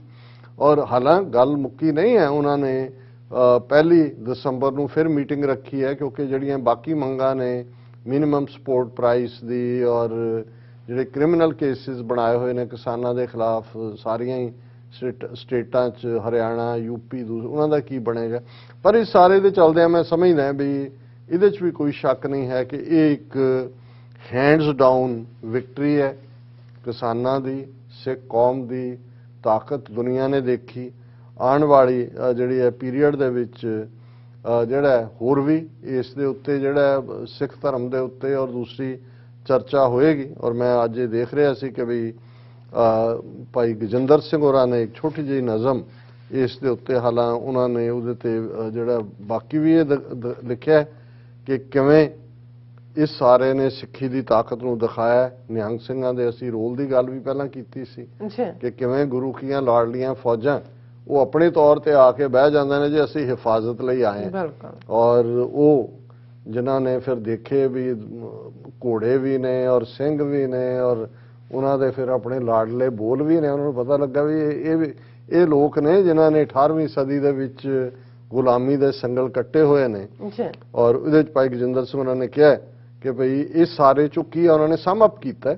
ਉਹਨਾਂ ਨੇ ਕਿਹਾ ਦੁਨੀਆ ਵਾਲਿਓ ਸਾਡੀ ਜਿੰਦਾ ਦਿਲੀ ਦੀ ਕੀ ਪੁੱਛਦੇ ਹੋ, ਕਿਉਂਕਿ ਬਹੁਤ ਸਾਰਿਆਂ ਨੇ ਕਿਹਾ ਵੀ ਇੰਨੀ ਜਿੰਦਾ ਦਿਲ ਕੌਮ ਵੀ ਕਿਵੇਂ ਉਹਨਾਂ ਨੇ ਇਸ ਸਾਰੇ ਨੂੰ ਡੀਲ ਕੀਤਾ। ਕਿਸਾਨ ਮੋਰਚੇ ਨੇ ਦੁਨੀਆ ਨੂੰ ਪੰਥ ਅਤੇ ਪੰਜਾਬ ਦੇ ਕਈ ਰੰਗ ਦਿਖਾਏ ਨੇ। ਅੰਤਾਂ ਦੀ ਠੰਡਾਂ ਤੇ ਗਰਮੀਆਂ ਵਿੱਚ ਸੜਕਾਂ ਉੱਤੇ ਬੈਠੇ ਬਜ਼ੁਰਗ, ਬੱਚੇ, ਮਾਈਆਂ, ਬੀਬੀਆਂ ਦੀਆਂ ਅਨੇਕਾਂ ਤਸਵੀਰਾਂ ਦੁਨੀਆ ਦੇਖਦੀ ਰਹੀ ਤੇ ਹੈਰਾਨ ਹੁੰਦੀ ਰਹੀ ਹੈ। ਪੁਲਿਸ ਦੀ ਕੁੱਟ ਨਾਲ ਲਹੂ ਲੁਹਾਨ ਹੋਏ ਇੱਕ ਨੌਜਵਾਨ ਦੀਆਂ ਚੜ੍ਹਦੀ ਕਲਾ ਦੀਆਂ ਤਸਵੀਰਾਂ ਵੀ ਦੁਨੀਆ ਨੇ ਦੇਖੀਆਂ। ਜੱਗੀ ਬਾਬਾ ਜਿਹਦਾ ਨਾਂ, ਔਰ ਉਹਨੂੰ ਬਾਹਰਲੇ ਸਿੱਖਾਂ ਨੇ ਘਰ ਬਣਾ ਕੇ ਦਿੱਤਾ। ਔਰ ਦੂਸਰਾ ਉਹ ਪਹਿਲਾ ਨਜ਼ਾਰਾ ਸੀ ਦੇਖਣ ਦਾ ਕਿ ਭਾਈ ਕਿੰਨੇ ਲੰਗਰ ਸੇਵਾ ਕਰਨ ਵਾਲਾ ਬੰਦਾ ਕਿਵੇਂ ਉਹ ਜਿਹੜਾ ਉਹ ਖਲੋਤਾ ਆ ਕੇ ਔਰ ਕਿਵੇਂ ਚੜ੍ਹਦੀ ਕਲਾ 'ਚੋਂ ਗੱਲਾਂ ਕਰ ਰਿਹਾ। ਉਹਨਾਂ ਨੇ ਕਿਹਾ ਔਰ ਪੁਲਿਸ ਦੀ ਕੁੱਟ ਨਾਲ ਲਹੂ ਲੁਹਾਨ ਹੋਏ ਇੱਕ ਨੌਜਵਾਨ ਦੀਆਂ ਚੜ੍ਹਦੀ ਕਲਾ ਦੀਆਂ ਤਸਵੀਰਾਂ ਦੁਨੀਆ ਨੇ ਦੇਖੀਆਂ।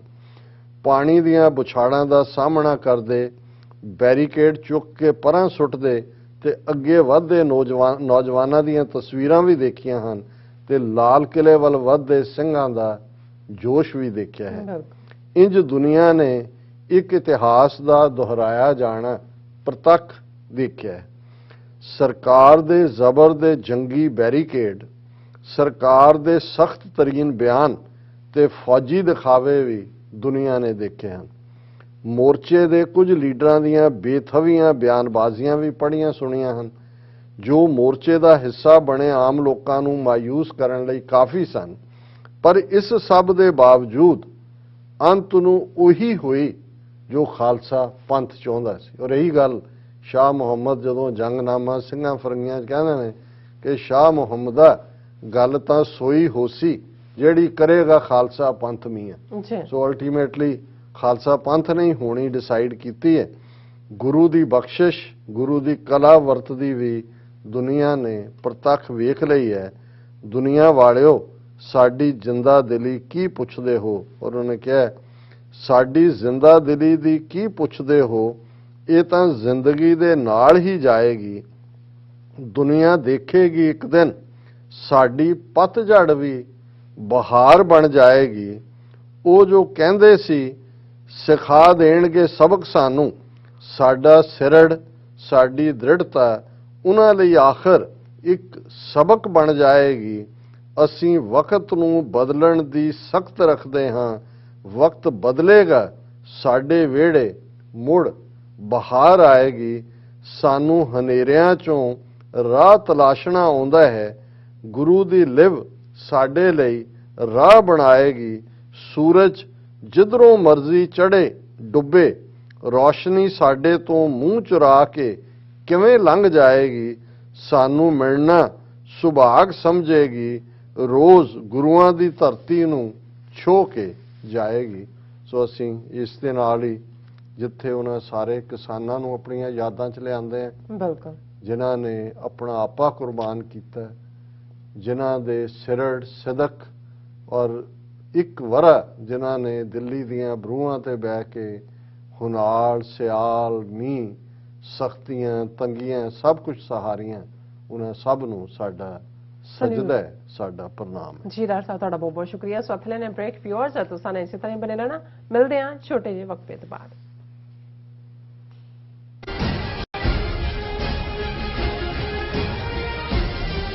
ਕੀ ਤੁਸੀਂ ਰੋਜ਼ਾਨਾ ਕੰਮ ਤੇ ਆਪਣਾ ਵਧੇਰੇ ਸਮਾਂ ਬਿਤਾਉਣ ਤੋਂ ਪਰੇਸ਼ਾਨ ਹੋ?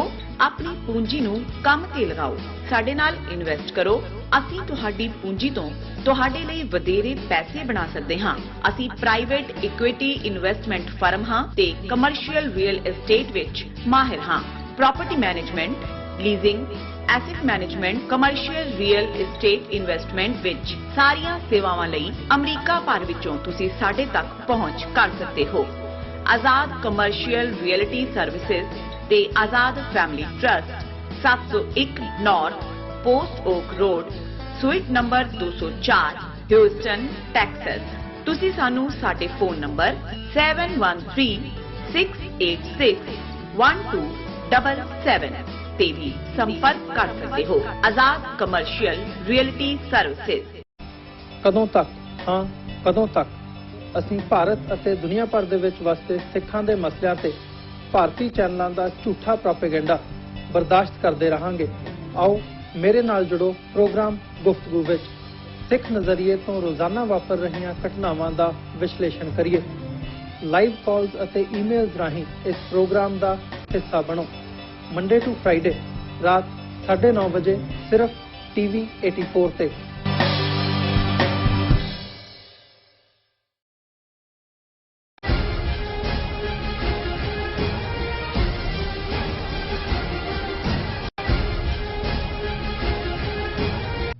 ਦਰਸ਼ਕੋ ਬ੍ਰੇਕ ਤੋਂ ਬਾਅਦ ਤੁਹਾਡਾ ਸਭ ਦਾ ਭਰਪੂਰ ਸਵਾਗਤ ਹੈ। ਸੋ ਹੁਣ ਆਪਾਂ ਗੱਲਬਾਤ ਕਰਨ ਜਾ ਰਹੇ ਹਾਂ ਕਿ ਹਿੰਦੂ ਮਹਾਸਭਾ ਨੇ ਐਲਾਨ ਕੀਤਾ ਹੈ ਕਿ ਉਹ ਮਥੁਰਾ ਦੀ ਇਤਿਹਾਸਕ ਮਸਜਿਦ ਵਿੱਚ ਭਗਵਾਨ ਕ੍ਰਿਸ਼ਨ ਦੀ ਮੂਰਤੀ ਜਿਹੜੀ ਹੈ ਉਹ ਸਥਾਪਿਤ ਕਰੇਗੀ। ਸੋ ਇਨ ਵਿਊਅਰਸ ਇਉਂ ਜਾਪਦਾ ਹੈ ਕਿ ਅਯੋਧਿਆ ਦੀ ਬਾਬਰੀ ਮਸਜਿਦ ਨੂੰ ਰਾਮ ਮੰਦਿਰ ਵਿੱਚ ਕਨਵਰਟ ਕਰਨ ਤੋਂ ਬਾਅਦ ਮਥੁਰਾ ਦੀ ਇਤਿਹਾਸਕ ਮਸਜਿਦ ਹਿੰਦੂਤਵੀਆਂ ਦੇ ਨਿਸ਼ਾਨੇ ਤੇ ਹੈ। ਸੋ ਇਸ ਬਾਰੇ ਆਪਾਂ ਗੱਲਬਾਤ ਕਰਨ ਜਾ ਰਹੇ ਹਾਂ। ਸੋ ਅਸੀਂ ਚਾਹਾਂਗੇ ਕਿ ਤੁਸੀਂ ਇਸੇ ਤਰ੍ਹਾਂ ਬਣੇ ਰਹਿਣਾ। ਦੇਖਣ ਸੁਣਨ ਲਈ ਐਂਡ ਲਿਖਣ ਲਈ ਤੁਹਾਡਾ ਸਭ ਦਾ ਬਹੁਤ ਬਹੁਤ ਧੰਨਵਾਦ। ਜੀ ਡਾਕਟਰ ਸਾਹਿਬ ਕੀ ਵਿਚਾਰਾਂ ਨੇ? ਦੇਖੋ, ਜਦੋਂ 6 ਦਸੰਬਰ 1992 ਨੂੰ ਲਗਭਗ 5 ਸਦੀਆਂ ਪੁਰਾਣੀ ਬਾਬਰੀ ਮਸਜਿਦ ਢਾਹ ਢੇਰੀ ਕੀਤੀ ਗਈ, ਬੇਸ਼ੱਕ ਉਸ ਪੀਰੀਅਡ ਦੇ ਵਿੱਚ ਕਾਂਗਰਸ ਦੀ ਹਕੂਮਤ ਸੀ ਦਿੱਲੀ ਦੇ ਵਿੱਚ, ਨਰਸਿਮਹਾ ਰਾਓ, ਬੀਜੇਪੀ ਦੀ ਹਕੂਮਤ ਯੂਪੀ ਦੇ ਵਿੱਚ ਸੀ, ਪਰ ਜਿਵੇਂ ਨਰਸਿਮਹਾ ਰਾਓ ਜਿਹਨੇ ਕਾਂਗਰਸੀ ਧੋਤੀ ਦੇ ਥੱਲੇ RSS ਦੀ ਖਾਕੀ ਨਿੱਕਰ ਪਾਈ ਹੋਈ ਸੀ, ਔਰ ਈਵਨ ਅਦਾਲਤਾਂ ਦਾ ਵੀ ਰੋਲ ਜਿਹੜਾ ਹੈ ਉਹ ਬਿਲਕੁਲ ਉਹਨਾਂ ਦੇ ਨਾਲ ਹਿੰਦੂਤਵਾ ਵੱਲ ਝੁਕਾਅ ਵਾਲਾ ਸੀ, ਔਰ ਕਿਵੇਂ ਦੇਖਦਿਆਂ ਹਜ਼ਾਰਾਂ ਦੀ ਭੀੜ ਨੇ ਬਾਬਰੀ ਮਸਜਿਦ ਨੂੰ ਢਾਹ ਢੇਰੀ ਕੀਤਾ, ਕਿਵੇਂ ਪਲੈਨਡ ਤਰੀਕੇ ਦੇ ਨਾਲ, ਜੋ ਪਹਿਲਾਂ ਹੀ ਪਲੈਨਿੰਗ ਬਣਾਈ ਹੋਈ ਸੀ ਜਿਹਦੇ ਵਿੱਚ LK ਅਡਵਾਨੀ, ਵਾਜਪਾਈ, ਮੁਰਲੀ ਮਨੋਹਰ ਜੋਸ਼ੀ, ਇਹ ਸਾਰੇ ਲੋਕ ਸ਼ਾਮਲ ਸੀ। ਵੱਖਰੀ ਕਹਾਣੀ ਹੈ ਕਿ ਕਿਵੇਂ ਉਸ ਢਾਈ ਗਈ ਮਸਜਿਦ ਨੂੰ ਮੰਦਿਰ ਐਲਾਨ ਕੇ ਸੁਪਰੀਮ ਕੋਰਟ ਨੇ ਉੱਥੇ ਮੰਦਿਰ ਬਣਾਉਣਾ ਵੀ ਅਲਾਉ ਕੀਤਾ, ਔਰ ਇਹਦੇ ਬਾਵਜੂਦ ਕਿ ਇਹ ਸਾਰੇ ਕ੍ਰਿਮੀਨਲ ਸਨ ਜਿਨ੍ਹਾਂ ਨੇ ਇੱਕ ਇਤਿਹਾਸਕ ਢਾਂਚੇ ਨੂੰ ਤੋੜਿਆ, ਅਲਟੀਮੇਟਲੀ ਸਾਰੇ ਬਰੀ ਵੀ ਹੋਏ, ਕਿਸੇ ਨੂੰ ਕੋਈ ਵੀ ਜਿਹੜਾ ਹੈ ਕਿਸੇ ਜਵਾਬਦੇਹ ਨਹੀਂ ਬਣਾਇਆ ਗਿਆ। ਲੇਕਿਨ ਉਸ ਪੀਰੀਅਡ ਦੇ ਵਿੱਚ ਹੀ ਇਹ ਗੱਲ ਬੜੀ ਚੰਗੀ ਤਰ੍ਹਾਂ ਸਮਝ ਆ ਗਈ ਸੀ ਕਿ ਹਿੰਦੂਤਵਾ ਦੀ ਨੀਤੀ ਜਿਹੜੀ ਇਹੀ ਬੀਜੇਪੀ ਜਿਹਦੇ ਕੋਲ 1984 ਦੀਆਂ ਪਾਰਲੀਮੈਂਟ ਚੋਣਾਂ, ਜਦੋਂ ਕਿ ਰਾਜੀਵ ਗਾਂਧੀ 300 ਤੋਂ ਜ਼ਿਆਦਾ ਸੀਟਾਂ ਲਿਜਾਂਦੇ, ਬੀਜੇਪੀ ਨੂੰ ਸਿਰਫ 2 ਸੀਟਾਂ ਮਿਲੀਆਂ ਸੀ, ਪਾਰਲੀਮੈਂਟ ਦੇ ਵਿੱਚ 2 ਸੀਟਾਂ ਸੀ। ਔਰ ਉਦੋਂ ਕੀ ਉਹਨਾਂ ਨੇ ਦੇਖਿਆ ਕਿ ਵੀ ਜੇ ਇੰਦਰਾ ਗਾਂਧੀ ਨੇ ਸਿੱਖਾਂ ਨੂੰ ਟਾਰਗੇਟ ਕਰਕੇ ਜਿਹੜੀ ਇੰਦਰਾ ਗਾਂਧੀ ਦੀ ਆਪਣੀ ਸੀਟ ਤੋਂ ਉਹਨੂੰ ਅਨਸੀਟ ਕਰ ਦਿੱਤਾ ਸੀ ਇਲਾਹਾਬਾਦ ਹਾਈ ਕੋਰਟ ਨੇ, ਜਿਸ ਤੋਂ ਬਾਅਦ ਜੈ ਪ੍ਰਕਾਸ਼ ਨਰਾਇਣ ਨੇ ਟੋਟਲ ਰੈਵੋਲੂਸ਼ਨ ਦੇ ਨਾਂ ਥੱਲੇ ਜਿਹੜਾ ਉਹ ਸ਼ੁਰੂਆਤ ਕੀਤੀ, ਉਸ ਦੇ ਖਿਲਾਫ ਐਜੀਟੇਸ਼ਨ, ਇੰਦਰਾ ਗਾਂਧੀ ਨੇ ਐਮਰਜੈਂਸੀ ਲਾਈ, ਐਮਰਜੈਂਸੀ ਤੋਂ ਬਾਅਦ ਇੱਕ ਵਾਰ ਇੰਦਰਾ ਗਾਂਧੀ ਜਿਹੜੀ ਹੈ ਬਿਲਕੁਲ ਹਾਰੀ, ਆਪਣੀ ਸੀਟ ਵੀ ਹਾਰ ਗਈ। ਲੇਕਿਨ ਵਾਪਸ ਜਦੋਂ ਆਂਦੀ ਹੈ 84 ਤੱਕ ਉਹਨੇ ਉਹ ਮਾਹੌਲ ਕ੍ਰੀਏਟ ਕੀਤਾ ਹੈ, ਸਿੱਖਾਂ ਨੂੰ ਸਬਕ ਸਿਖਾਉਣਾ ਵੀ ਮੇਨ ਜਿਹੜਾ ਉਹਦਾ ਨਿਸ਼ਾਨਾ ਸੀ, ਪਰ ਉਹ ਸਬਕ ਸਿਖਾਉਣ ਤੋਂ ਬਾਅਦ ਉਹਦੇ ਚੋਂ ਪਾਰਲੀਮੈਂਟ ਦੀ ਜਿਹੜੀ ਹੈ ਅਗਲੀਆਂ ਚੋਣਾਂ ਦੀ ਵਿਕਟਰੀ ਕੱਢਣੀ ਸੀ, ਉਹ ਤਾਂ ਨਹੀਂ ਕੱਢ ਸਕੀ, ਉਹ ਤਾਂ ਨਰਕਗਾਮੀ ਹੋਈ। ਹਾਲਾਂ ਉਹਦਾ ਮੁੰਡਾ 300 ਤੋਂ ਵੱਧ ਸੀਟਾਂ ਲੈ ਕੇ ਜਿੱਤਿਆ। ਸੋ ਇਹ ਸੀ ਜਿਹਨੂੰ ਕਹਿੰਦੇ ਨੇ to take a page out of the book. So BJP ਜਾਂ ਹਿੰਦੂ ਤਵੀਆਂ ਨੇ ਜਿਹੜੇ ਆਪਣਾ ਹਿੰਦੂਤਵਾ ਦਾ ਏਜੰਡਾ ਤਾਂ 1920 ਤੋਂ ਹੀ ਚਲਾ ਰਹੇ ਸੀ, ਪਰ ਉਹਨਾਂ ਨੂੰ ਇਹ ਲੱਗਾ ਕਿ ਵੀ ਜੇ ਇੱਕ ਛੋਟੀ ਜਿਹੀ ਕਮਿਊਨਿਟੀ ਨੂੰ ਕੁੱਟ ਚਾੜ ਕੇ ਇੰਦਰਾ ਗਾਂਧੀ ਔਰ ਰਾਜੀਵ ਗਾਂਧੀ ਜਿਹੜੀ ਹੈ ਉਹ ਉਹਨਾਂ ਨੇ ਆਪਣਾ ਪੋਲੀਟੀਕਲ ਕਰੀਅਰ ਜਿਹੜਾ ਉਹ ਕੱਢਿਆ, ਤੇ ਅਸੀਂ ਤਾਂ ਸਾਡਾ ਤਾਂ ਨਿਸ਼ਾਨਾ ਹੀ ਜਿਹੜਾ ਇਹਨਾਂ ਮਲੇਸ਼ੀਆ ਨੂੰ ਇੱਥੋਂ ਕੱਢਣਾ, ਮੁਸਲਮਾਨਾਂ ਈਸਾਈਆਂ ਨੂੰ ਜਾਂ ਇਹਨਾਂ ਨੂੰ ਕਨਵਰਟ ਕਰਨਾ। ਸੋ ਜਦੋਂ 6 ਦਸੰਬਰ 1992 ਨੂੰ ਬਾਬਰੀ ਮਸਜਿਦ ਢਾਈ ਜਾਂਦੀ ਹੈ ਹਿੰਦੂ ਤਵੀਆਂ ਵੱਲੋਂ, ਤਾਂ ਉਸ ਨੂੰ ਜਸ਼ਨ ਦੇ ਤੌਰ ਤੇ ਮਨਾਇਆ ਹੀ ਗਿਆ।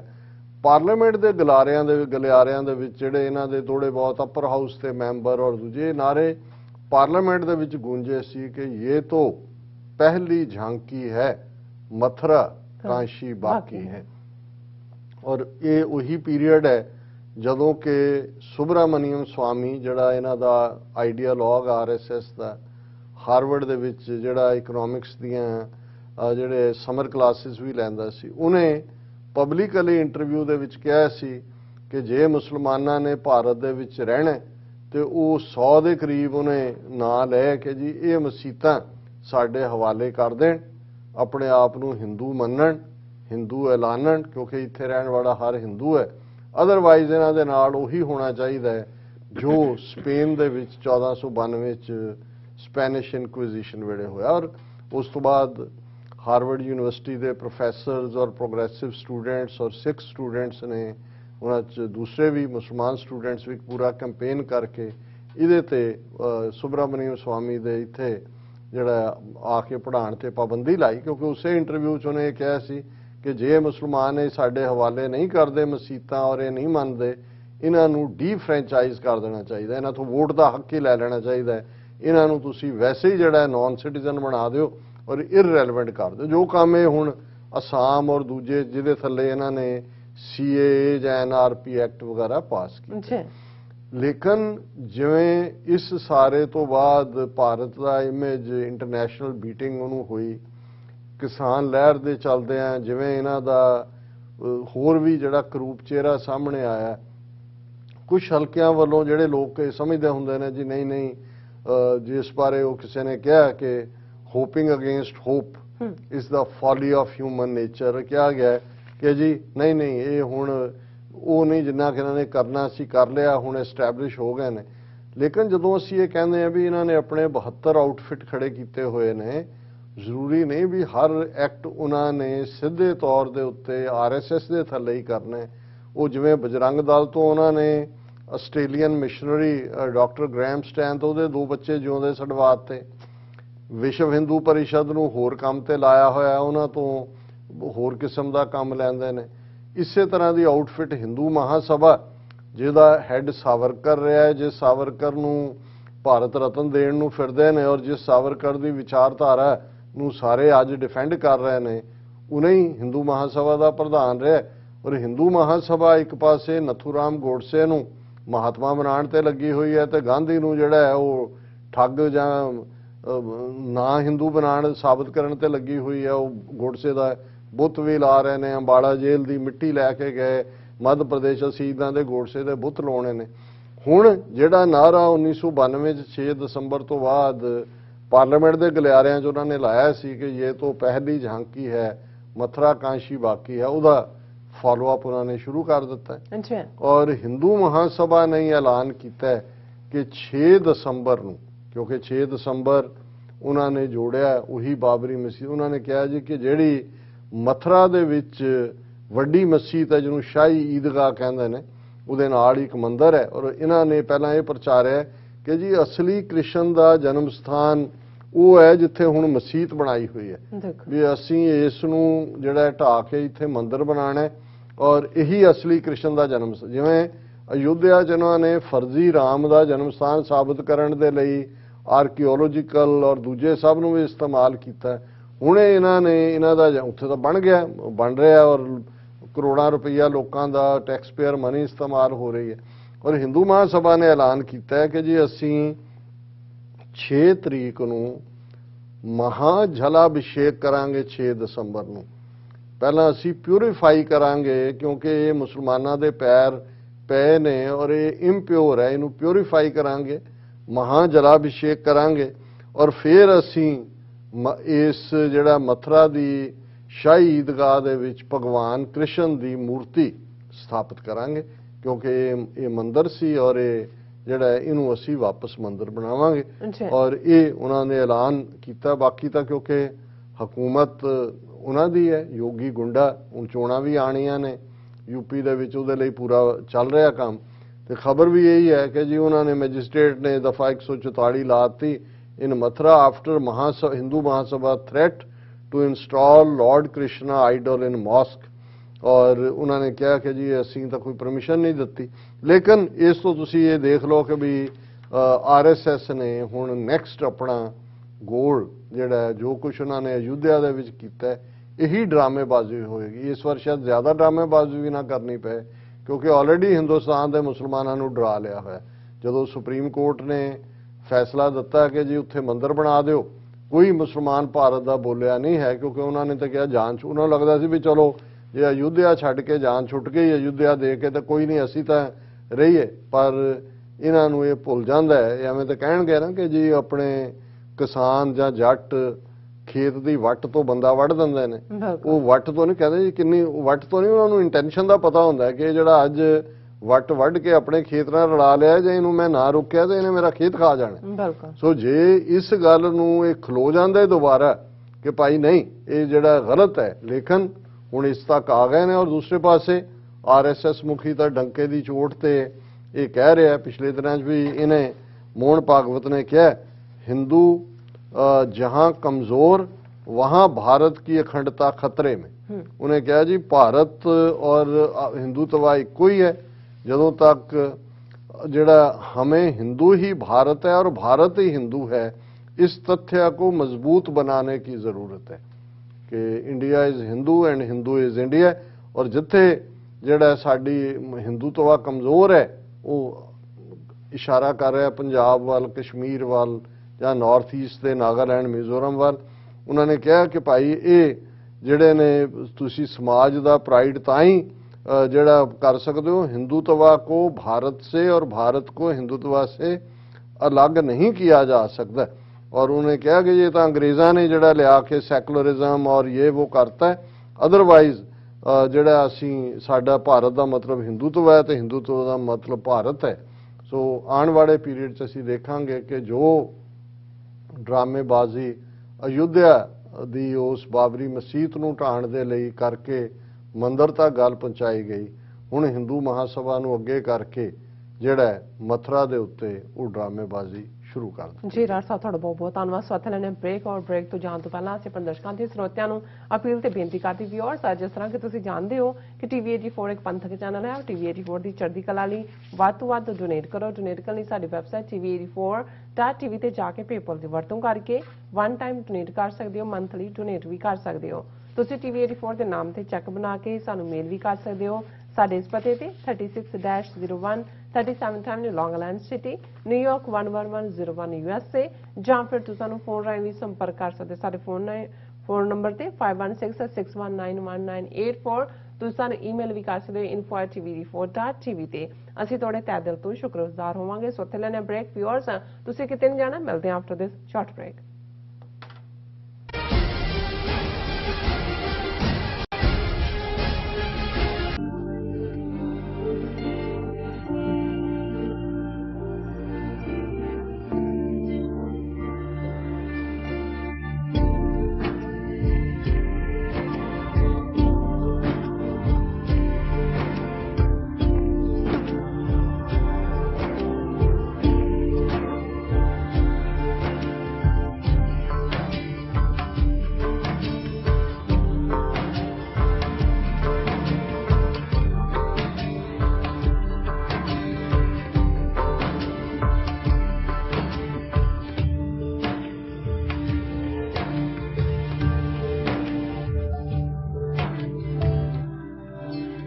ਕੀ ਤੁਹਾਨੂੰ 30, 40 ਜਾਂ 50 ਦਿਨ ਵੇਟ ਕਰਨੀ ਪੈ ਰਹੀ ਹੈ ਤੁਹਾਡੇ ਚੈੱਕ ਲਈ? ਫਿਰ ਬ੍ਰੋਕਰਾਂ ਪਿੱਛੇ ਭੱਜਦੇ ਫਿਰਦੇ ਹੋ ਪੈਸੇ ਲਈ, ਬਹੁਤ ਜ਼ਿਆਦਾ ਟਾਈਮ ਵੇਸਟ ਹੋ ਜਾਂਦਾ ਇਦਾਂ ਤਾਂ। ਜੇ ਤੁਸੀਂ ਅੱਜ ਹੀ ਪੈਸੇ ਲੈਣੇ ਤਾਂ ਬੌਬਟੇਲ ਨੂੰ ਕਾਲ ਕਰੋ। ਬੌਬਟੇਲ ਤੁਹਾਡੀਆਂ ਇਨਵੌਇਸਸ ਸੇਮ ਡੇ ਫੰਡ ਕਰ ਸਕਦੇ ਹਨ for a small fee, no contract, no reserve and no hidden fees। ਅੱਜ ਹੀ ਕਾਲ ਕਰੋ ਬੌਬਟੇਲ ਨੂੰ ਤੇ ਤੁਹਾਡਾ ਪਹਿਲਾ ਮਹੀਨਾ ਫ੍ਰੀ। 410 204 2084 ਅਗੇਨ 410 204 2084।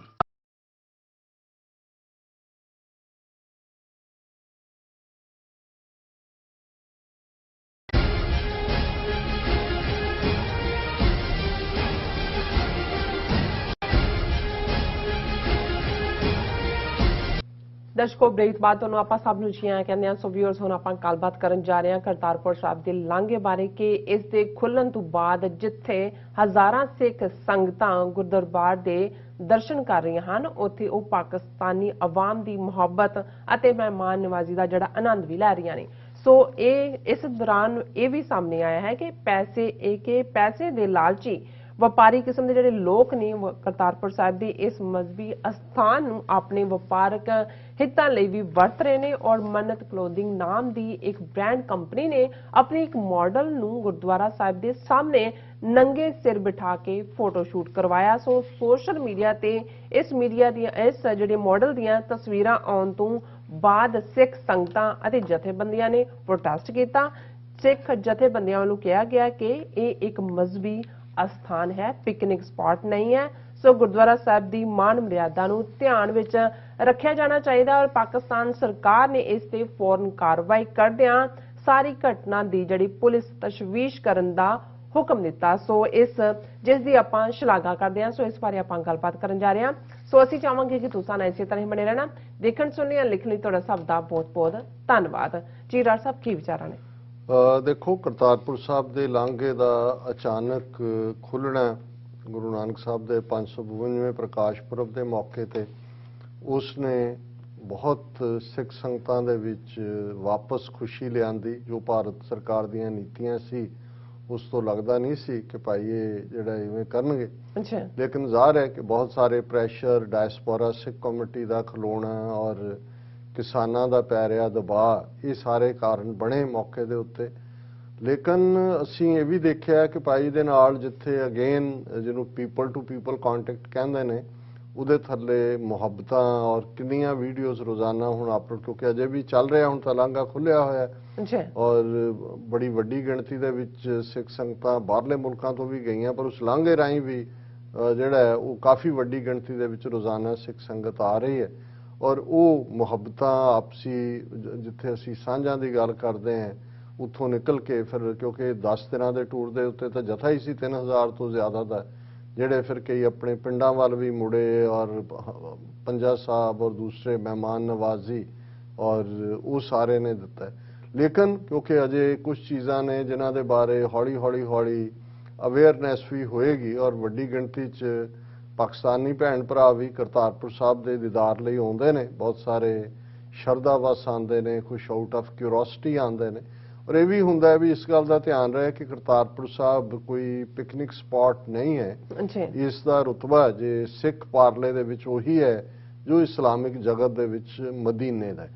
ਜਿਸ ਤਰ੍ਹਾਂ ਮੱਕੇ ਦੀ ਜਿਹੜਾ ਜ਼ਿਆਰਤ ਕਰਦੇ ਆ ਜਾਂ ਹੱਜ ਕਰਦੇ ਆ ਜਾਂ ਮਦੀਨੇ ਦੀ ਜ਼ਿਆਰਤ ਕਰਦੇ ਆ, ਜਿਸ ਕਿਸਮ ਦੇ ਮਜ਼ਹਬੀ ਸੈਂਟੀਮੈਂਟ ਹਰ ਮੁਸਲਮਾਨ ਦੇ ਹੁੰਦੇ ਨੇ, ਕਿਵੇਂ ਉਹ ਪਿਆਰ ਔਰ ਸ਼ਰਧਾ ਦੇ ਵਿੱਚ ਸਰਸ਼ਾਰ ਇੱਕ ਸਿੰਪਲਿਸਟਿਕ ਢੰਗ ਦੇ ਨਾਲ ਉਸ ਹਰ ਪਲ ਨੂੰ ਰੱਬ ਦੀ ਯਾਦ, ਅੱਲਾ ਦੀ ਯਾਦ ਗੁਜ਼ਾਰਨਾ ਚਾਹੁੰਦਾ ਔਰ ਉੱਥੇ ਉਹ ਕੋਈ ਸ਼ੋਰ ਸ਼ਰਾਬਾ ਕੋਈ ਉਸ ਕਿਸਮ ਦਾ ਤੁਸੀਂ ਔਰ ਦੇਖ ਸਕਦੇ ਹੋ ਕਿ ਲੱਖਾਂ ਲੋਕ ਜਦੋਂ ਹੱਜ ਤੇ ਹੁੰਦੇ ਨੇ ਕਿਵੇਂ ਇੱਕ ਕਿਸਮ ਦਾ ਡਿਸਪਲਿਨ ਹੁੰਦਾ ਹੈ। ਲੇਕਿਨ ਇੱਕ ਰੁਝਾਨ ਜਿਹੜਾ ਸ਼ੁਰੂ ਦੇ ਦਿਨਾਂ ਚਲੋ ਜਦੋਂ ਕੋਈ ਚੀਜ਼ ਨਵੀਂ ਖੁੱਲਦੀ ਹੈ, ਉਦਘਾਟਨ ਹੋਇਆ ਜਾਂ ਦੂਸਰਾ ਇੱਕ ਪਾਰਟ ਜਿਹੜਾ ਨਜ਼ਰ ਆ ਰਿਹਾ ਸੀ ਕਿ ਵੀ ਥੋੜਾ ਬਹੁਤ ਜੇ ਇਸ ਦੇ ਉੱਤੇ ਇhtiyat ਵਰਤਣ ਦੀ ਲੋੜ ਹੈ। ਔਰ ਹੁਣ ਪਾਕਿਸਤਾਨ ਦੀ ਅਥਾਰਟੀਜ਼ ਦਾ ਵੀ ਧਿਆਨ ਗਿਆ, ਪਹਿਲਾਂ ਸ਼ਾਇਦ ਸਿੱਖ ਸੰਗਤ ਜਾਂ ਲੋਕਲ ਮੈਨੇਜਮੈਂਟ ਵੀ ਜਿਹੜੀ ਸਿੱਖ ਕਮੇਟੀ ਹੈ ਉਹਨਾਂ ਨੇ ਇਸ ਤੇ ਨਾ ਫੋਕਸ ਕੀਤਾ ਹੋਵੇ, ਕਿਉਂਕਿ ਖੂਬਸੂਰਤ ਸਪਾਟ ਹੈ, ਉਹਦੇ 'ਚ ਤਾਂ ਕੋਈ ਸ਼ੱਕ ਨਹੀਂ ਹੈ ਜਿਸ ਕਿਸਮ ਦਾ ਗੁਰਦੁਆਰਾ ਸਾਹਿਬ ਦੇ ਨਾਲ ਜੁੜਿਆ ਹੋਇਆ ਹੈ।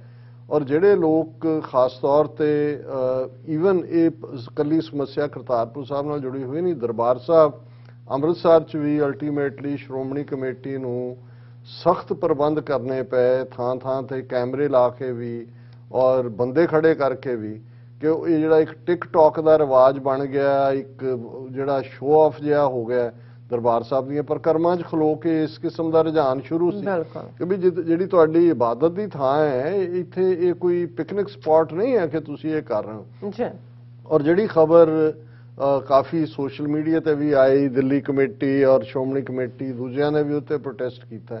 ਹੁਣ ਜ਼ਾਹਰ ਹੈ ਕਿ ਕਰਤਾਰਪੁਰ ਸਾਹਿਬ ਇੱਕ ਜਿਹੜਾ ਸਿੱਖਾਂ ਦੇ ਪਵਿੱਤਰ ਥਾਂ ਦੇ ਤੌਰ ਦੇ ਉੱਤੇ ਵੀ, ਐਜ਼ ਏ ਗੁੱਡਵਿਲ ਵੀ, ਔਰ ਇੱਕ ਖੂਬਸੂਰਤ ਮੁਕਾਮ ਦੇ ਤੌਰ ਤੇ, ਦਿਲਕਸ਼ ਉਸ ਸਾਰੇ ਦੇ ਤੌਰ ਤੇ ਪਪੂਲਰ ਵੀ ਹੋ ਰਿਹਾ।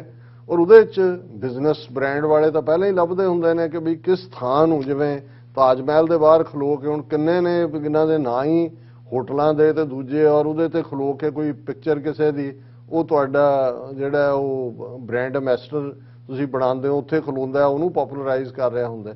ਸੋ ਜਿਹੜੀ ਖਬਰ ਸਾਹਮਣੇ ਆਈ, ਔਰ ਉਹਨੂੰ ਜ਼ਾਹਰ ਹੈ ਕਿ ਇੱਕ ਜਰਨਲਿਸਟ ਨੇ ਹੀ ਸਾਹਮਣੇ ਲਿਆਂਦਾ, ਬਾਅਦ 'ਚ ਡੌਨ ਇੰਟਰਨੈਸ਼ਨਲ ਨੇ ਕਵਰ ਕੀਤਾ ਕਿ ਕਿਵੇਂ ਇੱਕ ਮਾਡਲ ਬੀਬੀ ਜਿਹੜੀ ਕਿ ਕੋਈ ਮੰਨਤ ਕਲੋਥਿੰਗ ਬ੍ਰਾਂਡ ਹੈ, ਉਸ ਦੀ ਜਿਹੜੀ ਹੈ ਉਹ ਮਾਡਲ ਹੈ, ਉਹ ਉਸ ਕਰਤਾਰਪੁਰ ਸਾਹਿਬ ਦੇ ਗੁਰਦੁਆਰਾ ਸਾਹਿਬ ਦੇ ਅਹਾਤੇ ਦੇ ਵਿੱਚ ਨੰਗੇ ਸਿਰ, ਕਿਉਂਕਿ ਜਿਵੇਂ ਈਵਨ ਜਿਹੜੇ ਨਮਾਜ਼ ਅਦਾ ਕਰਦੇ ਨੇ ਮੁਸਲਮਾਨਾਂ ਲਈ ਵੀ, ਉਹ ਵੀ ਸਿਰ ਦੇ ਉੱਤੇ ਸਿਰ ਢੱਕਿਆ ਹੁੰਦਾ, ਟੋਪੀ ਹੁੰਦੀ ਹੈ। ਸੋ ਸਾਡਾ ਜਿੱਥੇ ਵੀ ਗੁਰਦੁਆਰਾ ਸਾਹਿਬ ਦੀ ਹਦੂਦ ਹੈ ਉਹਦੇ 'ਚ, ਔਰ ਇਸ ਗੱਲ ਨੂੰ ਸਾਰੇ ਰਿਸਪੈਕਟ ਕਰਦੇ ਨੇ। ਜਿਵੇਂ ਇਹ ਸਾਰੇ ਪ੍ਰੋਗਰਾਮ ਨੂੰ ਜਿਹੜਾ ਜਰਨਲਿਸਟ ਨੇ ਕਵਰ ਕੀਤਾ, ਉਹਨਾਂ ਨੇ ਸਿਰਾਂ ਤੇ ਰੁਮਾਲ ਬੰਨੇ, ਕੋਈ ਜ਼ਰੂਰੀ ਨਹੀਂ ਵੀ ਤੁਸੀਂ ਪੱਗ ਹੀ ਬੰਨਣੀ ਹੈ, ਤੁਸੀਂ ਕੋਈ ਵੀ ਆਪਣੀ ਜੇ ਇਸਲਾਮੀ ਟੋਪੀ ਵੀ ਪਾਉਂਦੇ ਹੋ ਜਾਂ ਰੁਮਾਲ ਵੀ ਬੰਨ੍ਹਦੇ ਹੋ। ਲੇਕਿਨ ਇਹ ਜਿਹੜਾ ਇਸ ਕਿਸਮ ਦਾ ਮੰਨਤ ਵਾਲਿਆਂ ਦੀ ਕਲੋਥਿੰਗ ਬ੍ਰਾਂਡ, ਔਰ ਜਿਸ ਕਿਸਮ ਦਾ ਉਹ ਸਾਹਮਣੇ ਆਇਆ, ਇਸ ਨੇ ਜਿਹੜੀ ਰਿਜ਼ੈਂਟਮੈਂਟ ਕੀਤੀ ਕਿ ਭਾਈ ਇਹਨੂੰ ਇੱਕ ਪਿਕਨਿਕ ਸਪੌਟ ਨਾ ਬਣਾਓ। ਔਰ ਮੈਨੂੰ ਇਸ ਗੱਲ ਦੀ ਖੁਸ਼ੀ ਹੈ ਕਿ ਵੀ ਇੱਕਦਮ ਪ੍ਰੌਂਪਟਲੀ ਰਿਸਪੌਂਡ ਕੀਤਾ। Reacting to this story, Azhar Mashwani, Punjab Chief Minister's focal person for digital media, said the matter had been forwarded to concerned authorities for legal action. ਇਸ ਦੇ ਉੱਤੇ ਕਾਨੂੰਨੀ ਕਾਰਵਾਈ ਕਰਨ ਦੇ ਲਈ। ਔਰ ਉਸ ਤੋਂ ਫੌਰਨ ਬਾਅਦ ਜਦੋਂ ਇਹ ਆਇਆ, ਪੰਜਾਬ ਪੁਲਿਸ ਨੇ ਟਵੀਟ ਕੀਤਾ ਕਿ all aspects related to this incident and strict legal action will taken against those responsible, ਕਿ ਇਹਨੂੰ ਅਸੀਂ ਪ੍ਰੋਬ ਕਰ ਰਹੇ ਹਾਂ, or management of concerned brand and model are being investigated. Worship places of all religions are equally responsible, it said in a tweet. Punjab Police the tweet Pakistan ਦੇ ਪੰਜਾਬ ਸੂਬੇ ਦੀ Don newspaper ਨੇ ਇਹਨੂੰ ਕਵਰ ਕੀਤਾ। ਔਰ ਇਹ ਜਿਹੜਾ ਉਹਨਾਂ ਨੇ ਫਵਾਦ ਚੌਧਰੀ, ਉਹਨਾਂ ਨੇ ਵੀ ਇਨਫੋਰਮੇਸ਼ਨ ਮਿਨਿਸਟਰ ਨੇ ਪਾਕਿਸਤਾਨ ਦੇ, ਉਹਨਾਂ ਨੇ ਟਵੀਟ ਕੀਤਾ, the designer and the model must apologize to Sikh community over the photos. Kartarpur Sahib is a religious symbol and not a film set. He tweeted ਹੋ ਗਿਆ, ਇਹ ਫਿਲਮ ਦਾ ਸੈੱਟ ਨਹੀਂ ਹੈ। ਔਰ ਮੈਂ ਸਮਝਦਾ ਵੀ ਇੰਨਾ ਕੁ ਹੁੰਦਾ ਹੈ, ਹਾਲਾਂ ਐਕਸ਼ਨ ਜਾਂ ਦੂਜਾ ਤਾਂ ਕੀ ਹੁੰਦਾ ਹੈ, ਕਈ ਵਾਰ ਲੈਕ ਆਫ ਅਵੇਅਰਨੈਸ ਹੀ ਹੁੰਦੀ ਹੈ। ਇਹ ਜੇ ਉੱਥੇ ਈਵਨ ਸਪੌਟ ਦੇ ਉੱਤੇ ਵੱਡੇ ਵੱਡੇ ਬੋਰਡਸ ਲਿਖ ਕੇ ਲਾ ਦਿੱਤੇ ਜਾਣ ਕਿ ਭਾਈ ਇੱਥੇ ਤੁਸੀਂ ਵੈਸੇ ਕੋਈ ਫੈਮਿਲੀ ਨਾਲ ਆਇਆ, ਕੋਈ ਦੂਸਰਾ, ਤੁਸੀਂ ਅਦਬ ਅਦਾਬ ਨਾਲ ਫੋਟੋਗ੍ਰਾਫਸ ਲੈਂਦੇ ਹੋ ਜਾਂ ਦੂਸਰਾ, ਉਹ ਤਾਂ ਸਮਝ ਆ ਸਕਦਾ ਹੈ। ਲੇਕਿਨ ਜਿਹੜੀ ਉਸ ਜਗ੍ਹਾ ਦੀ ਇੱਕ ਪਵਿੱਤਰਤਾ ਹੈ, ਉਸ ਦੀ ਇੱਕ ਪਾਕੀਜ਼ਗੀ ਹੈ, ਉਸ ਮਾਹੌਲ ਦੀ ਇੱਕ ਜਿਹੜੀ ਹੈ ਯੂਨੀਕ ਰੂਹਾਨੀ ਉਸ ਦਾ, ਉਹਨੂੰ ਅਸੀਂ ਇਹ ਚੀਪ ਟਿਕਟੌਕ ਔਰ ਇਹ ਮਾਡਲਿੰਗ ਔਰ ਇਸ ਦੇ ਹਵਾਲੇ ਨਾ ਕਰੀਏ। ਔਰ ਅਸੀਂ ਸਮਝਦੇ ਹਾਂ ਵੀ ਪਾਕਿਸਤਾਨ ਦੀ ਹਕੂਮਤ ਨੇ ਔਰ ਉਹਨਾਂ ਦੇ ਸਾਰੇ ਅਦਾਰਿਆਂ ਨੇ ਪ੍ਰੌਂਪਟ ਰਿਸਪੌਂਡ ਕੀਤਾ ਹੈ। ਜੀ ਰਾਜ ਸਾਹਿਬ, ਤੁਹਾਡਾ ਬਹੁਤ ਬਹੁਤ ਸ਼ੁਕਰੀਆ। ਸਾਥ ਲੈਣੇ ਬ੍ਰੇਕ। ਵਿਊਅਰਸ ਤੁਸੀਂ ਇਸੇ ਤਰ੍ਹਾਂ ਬਣੇ ਰਹਿਣਾ, ਮਿਲਦੇ ਹਾਂ ਛੋਟੇ ਜਿਹੇ ਬ੍ਰੇਕ ਤੋਂ ਬਾਅਦ।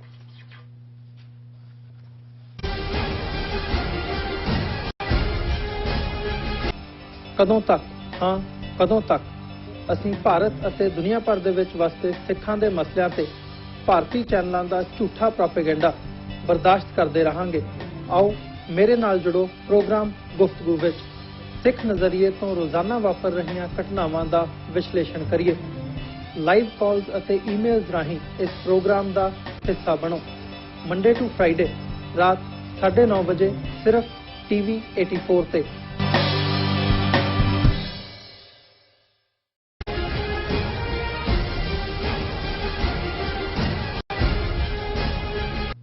Viewers welcome back on programme. So viewers end ਵਾਲੇ ਸੈਕਸ਼ਨ ਦੇ ਵਿੱਚ ਆਪਾਂ ਤੁਹਾਡੇ ਲਿਖਤਾਂ ਤੇ ਗੁਰਬਾਣੀ ਉਚਾਰਨ ਦੀ ਸਾਂਝ ਪਾਉਣ ਜਾ ਰਹੇ ਹਾਂ।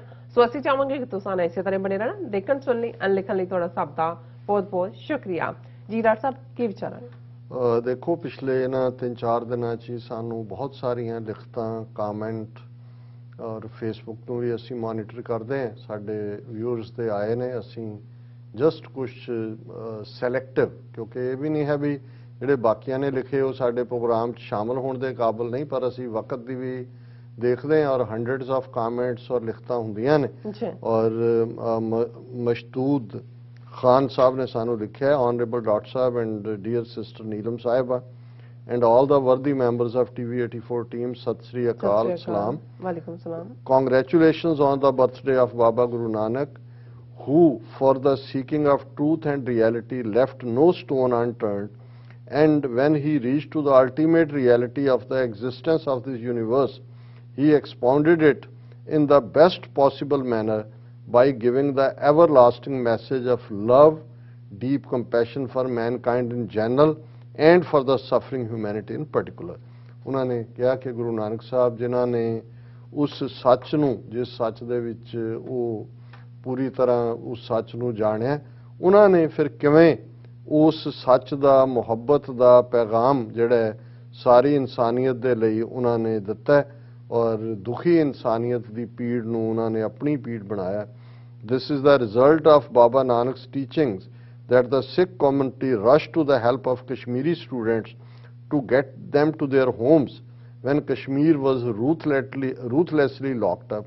ਇਹ ਗੁਰੂ ਨਾਨਕ ਸਾਹਿਬ ਦੀਆਂ ਹੀ ਟੀਚਿੰਗਸ ਦਾ ਸੀ ਕਿ ਭਾਈ ਜਦੋਂ ਕਸ਼ਮੀਰੀਆਂ ਦੇ ਉੱਤੇ ਜ਼ੁਲਮ ਹੋ ਰਹੇ ਸੀ, ਲਾਕਡਾਊਨ ਕੀਤਾ ਗਿਆ ਤਾਂ ਕਸ਼ਮੀਰੀ ਬੱਚੀਆਂ ਸਟੂਡੈਂਟਸ ਦੀ ਮਦਦ ਦੇ ਉੱਤੇ ਸਿੱਖ ਕੌਮ ਆਈ। On so many other occasions they have never wavered in accepting the challenge when the basic principles of Sikhism were in danger. Long live Khalistan. ਉਹਨਾਂ ਨੇ ਕਿਹਾ ਹੋਰ ਮੌਕਿਆਂ ਦੇ ਉੱਤੇ ਵੀ ਸਿੱਖ ਕਦੇ ਵੀ ਜਿਹੜਾ ਉਹ ਸੱਚਾਈ ਲਈ ਖਲੋਣ ਤੋਂ ਪਿੱਛੇ नहीं हटे। इसी तरह मलक ताहिर हलीम जी ने लिखा है, मैं जब पाकिस्तान पंजाब और इंडियन पंजाब के पंजाबी देखता हूँ तो बहुत ही हैरान होता हूँ। बिल्कुल एक जैसी ज़बान है और फिर सिख मज़हब के सारे ज़ियारत की जगह भी पाकिस्तान में है। फिर पाकिस्तान इंडियन पंजाब के जितने भी सूफ़ी बुज़ुर्ग के रूहानियत के मुताल्लिक़ भी दोनों मज़हबों को बहुत पसंद हैं। फिर सिख बरादरी ने किस वजह से हिंदुओं के साथ इल्हाक किया था 1947 में। मैं अटक हसन अब्दाल का रहने वाला हूँ। इधर हसन अब्दाल सिख भी अक्सर आते रहते हैं और कारोबार भी साथ साथ होता है। दोनों मज़हब वाले एक दूसरे के गमों और खुशी में शरीक होते हैं। सिख बरादरी के हर किस्म के कारोबार हैं, गारमेंट्स है, परफ्यूमरी है, क्रॉकरी है, ज्वेलरी एट्सेट्रा। सिख मुसलमानों के मुकाबले में बहुत कम हैं, लेकिन अल्लाह पाक के फजलो करम से कभी ऐसा नहीं हुआ कि मुसलमान सिखों के दुखों से में शरीक ना होते हों या उनकी दुकानों से ना खरीदते हों। सब मुसलमान बाबा जी गुरु नानक साहब को इतने इतराम से नाम लेते हैं। सच्ची बात है, मुझे ज़्यादा हिस्ट्री का नहीं पता, बल्कि मैंने तो ये सब मुसलमानों से सुना है कि बाबा जी कैसे हमारे हैं। अगर मेरी कोई बात किसी सिख भाई को बुरी लगे तो मैं तहे दिल से माफ़ी चाहता हूँ। मलक ताहिर हलीम जी बहुत बहुत शुक्रिया।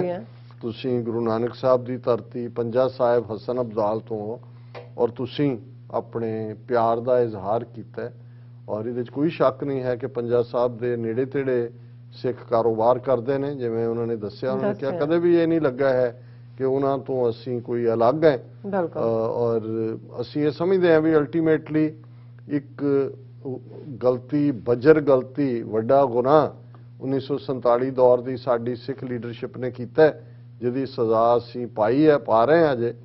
ਲੇਕਿਨ ਇਹ ਦੋਨਾਂ ਹੀ ਕੌਮਾਂ ਦੀ ਦਰਿਆਦਿਲੀ ਹੈ ਕਿ ਉਸ ਸਭ ਦੇ ਬਾਵਜੂਦ ਜਿਹੜਾ ਰੂਟ ਹੈ, ਜਿਸ ਜੜ ਦੇ ਵਿੱਚ ਉਹ ਮੁਹੱਬਤ, ਪਿਆਰ, ਗੁਰੂ ਨਾਨਕ ਸਾਹਿਬ ਦੀ ਬਾਣੀ, ਭਾਈ ਮਰਦਾਨੇ ਦੀ ਰਬਾਬ, ਗੁਰੂ ਅਰਜਨ ਸਾਹਿਬ ਔਰ ਸਾਈਂ ਮੀਆਂ ਮੀਰ ਦੀ ਸਾਂਝ, नबी खान, गनी खान, पीर बुद्धू शाह दी।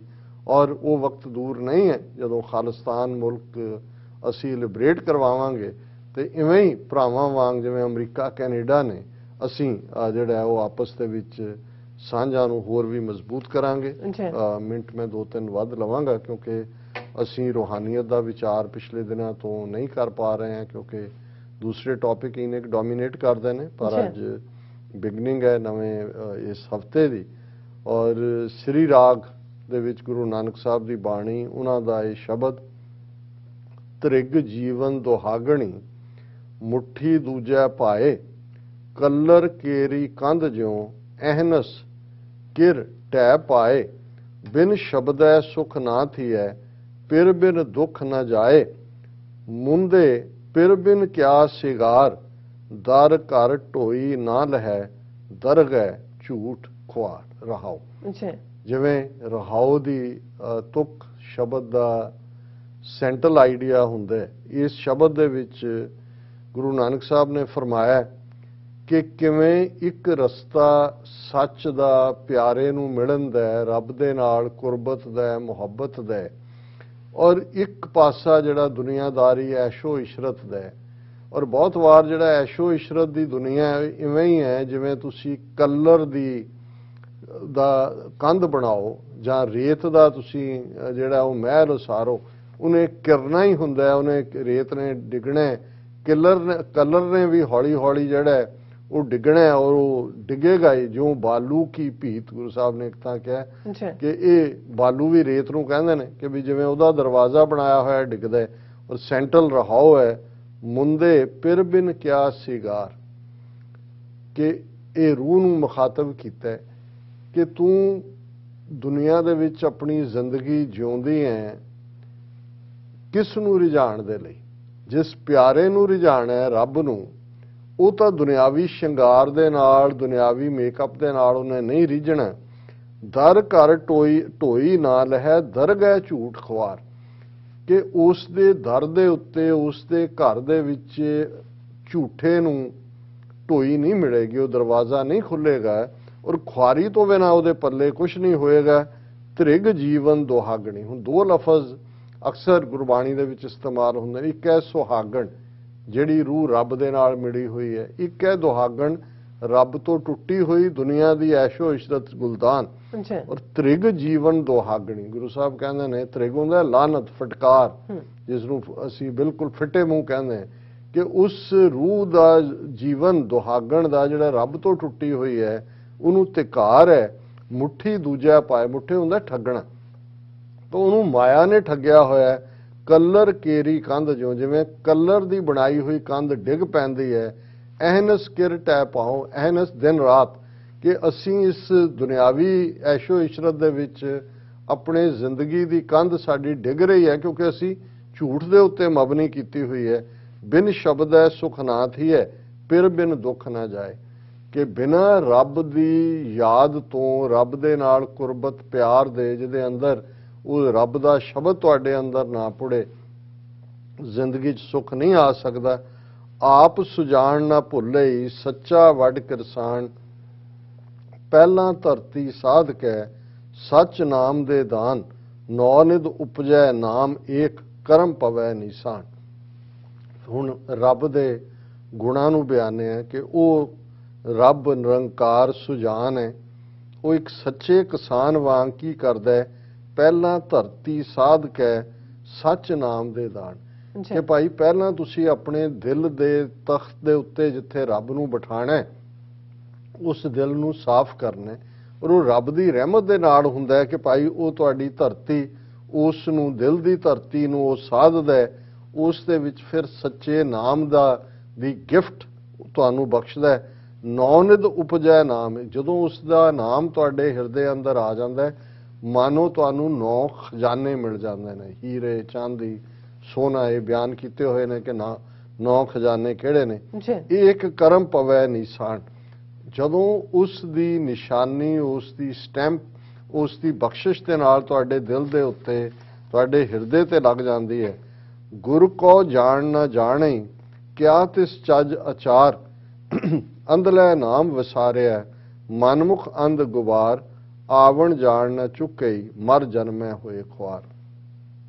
ਪਹਿਲਾਂ ਉਸ ਰੱਬ ਸੱਚੇ ਕਿਰਸਾਨ ਨੇ ਕਿਵੇਂ ਰਹਿਮਤ ਕਰਕੇ ਜਿਹਦੇ ਅੰਦਰ ਆਪਣੇ ਨਾਮ ਦਾ ਬੀਜ ਦੀ ਗਿਫਟ ਕੀਤਾ। ਦੂਜੇ ਪਾਸੇ ਕੌਣ ਨੇ ਜਿਹੜੇ ਰੱਬ ਤੋਂ ਟੁੱਟੇ ਹੋਏ ਨੇ। ਗੁਰ ਕੋ ਜਾਣ ਨਾ ਜਾਣੇ ਕਿਆ ਤਿਸ ਚੱਜ ਆਚਾਰ। ਜਿਹਨੇ ਗੁਰੂ ਦਾ ਸਹਾਰਾ ਨਹੀਂ ਲਿਆ, ਰੱਬ ਦੀ ਕੁਰਬਤ ਨਹੀਂ ਲਈ, ਉਹਦਾ ਜੀਵਨ ਕਚੱਜਾ ਹੋਏਗਾ, ਉਹਦੇ 'ਚ ਕੋਈ ਆਚਾਰ ਨਹੀਂ ਹੋਏਗਾ, ਬਦ ਇਖਲਾਕ ਹੋਏਗਾ, ਅੰਧਲੇ ਨਾਮ ਵਿਸਾਰਿਆ। ਉਹ ਅੰਨੇ ਨੇ ਜਿਨ੍ਹਾਂ ਨੇ ਰੱਬ ਦੇ ਨਾਂ ਨੂੰ ਭੁਲਾਇਆ ਹੋਇਆ ਹੈ। ਮਨਮੁਖ ਅੰਧ ਗਵਾਰ। ਅੰਧ ਗਵਾਰ ਹੁੰਦਾ ਡੀਪ ਡਾਰਕਨੈਸ, ਕਿ ਉਹ ਹਨੇਰੇ ਦੇ ਵਿੱਚ ਜ਼ਿੰਦਗੀ ਜਿਉ ਰਹੇ ਨੇ ਔਰ ਉਹਨਾਂ ਦਾ ਆਵਣ ਜਾਣ ਦਾ ਚੱਕਰ, ਜਨਮ ਮਰਨ ਦੇ ਗੇੜ 'ਚੋਂ ਨਹੀਂ ਨਿਕਲ ਸਕਦੇ। ਉਹਨਾਂ ਦੇ ਪੱਲੇ ਖੁਆਰੀ ਪੈ ਗਈ। ਔਰ ਅਖੀਰ 'ਚ ਗੁਰੂ ਸਾਹਿਬ ਨੇ ਫਰਮਾਇਆ, ਚੰਦਨ ਮੋਲ ਅਣਾਇਆ ਕੁੰਗੂ ਮਾਂਗ ਸੰਧੂਰ, ਚੋਆ ਚੰਦਨ ਬਹੁਕਣਾ ਪਾਨਾ ਨਾਲ ਕਪੂਰ, ਜੇ ਧਨ ਕੰਤ ਨਾ ਭਾਵੇ ਤਾਂ ਸਭ ਅਡੰਬਰ ਕੂੜ। ਹੁਣ ਅੱਜ ਤਾਂ ਮੇਕਅਪ ਦੇ ਸਮਾਨ ਹੀ ਹੋਰ ਨੇ। ਉਸ ਜ਼ਮਾਨੇ ਦੇ ਵਿੱਚ ਜੇ ਤੁਸੀਂ ਖੁਸ਼ਬੂਆਂ ਲਾਉਂਦੇ ਹੋ, ਚੰਦਨ ਖੁਸ਼ਬੂਦਾਰ ਲੱਕੜ, ਔਰ ਕੁੰਗੂ ਜਿਹੜਾ ਕੇਸਰ, ਮਾਂਗ ਸੰਧੂਰ ਸੁਹਾਗਣਾ ਜਿਹੜੀਆਂ ਨੇ ਉਹ ਆਪਣੀ ਸੰਧੂਰ ਦੇ ਵਿੱਚ ਡਬਲ ਉਸ ਚੀਰੇ ਦੇ ਵਿੱਚ ਸੰਧੂਰ ਰੈੱਡ ਲੈਡ ਜਿਹਨੂੰ ਪਾਣਾ ਕਹਿੰਦੇ ਨੇ, ਚੋਆ ਜਿਹੜਾ ਇਹ ਵੀ ਉਸ ਅਤਰ ਨੂੰ ਪਰਫਿਊਮ ਹੈ। ਚੰਦਨ ਅਗੇਨ ਬਹੁਕਣਾ, ਪਾਨਾ ਨਾਲ ਖਾਣ ਦੇ ਲਈ ਪਾਨ ਜਾਂ ਮੁਸ਼ਕੇ ਕਪੂਰ ਦਾ ਇਸਤੇਮਾਲ ਹੁੰਦਾ ਸੀ। ਪਾਨ ਦੇ ਵਿੱਚ ਵੀ ਜਿਹਨੂੰ ਖੁਸ਼ਬੂਆਂ ਵਾਲਾ ਪਾਨ ਕਹਿੰਦੇ ਸੀ। ਗੁਰੂ ਸਾਹਿਬ ਨੇ ਸਾਰਾ ਕਿਹਾ ਕਿ ਭਾਈ ਇਹ ਸਾਰੇ ਸਾਧਨ ਵੀ ਕੋਈ ਦੁਨਿਆਵੀ ਰੂਹ ਕਰੇ। ਐਗਜ਼ਾਮਪਲ ਤਾਂ ਦੁਨੀਆਦਾਰੀ ਪਤੀ ਦੀ ਦਿੱਤੀ ਹੈ, ਪਰ ਕੀ ਜੇ ਹਸਬੈਂਡ ਜਾਂ ਪਤੀ ਤੁਹਾਨੂੰ ਨਹੀਂ ਪਸੰਦ, ਜੋ ਮਰਜ਼ੀ ਤੁਸੀਂ ਚੋਆ ਲਾਓ, ਚੰਦਨ ਲਾਓ, ਪਾਨ ਖਾਓ, ਕੋਈ ਹੋਰ ਖੁਸ਼ਬੂਆਂ ਕਰ, ਚੋਆ ਚੰਦਨ ਮੋਲ ਅਣਾਇਆ ਕੁੰਗੂ ਮਾਂਗ ਸੰਦੂਰ, ਚੋਆ ਚੰਦਰ ਬਹੁ ਕਣਾ ਪਾਣਾ ਨਾ, ਜੇ ਧਨ ਕੰਤ ਨਾ ਪਾਵੇ।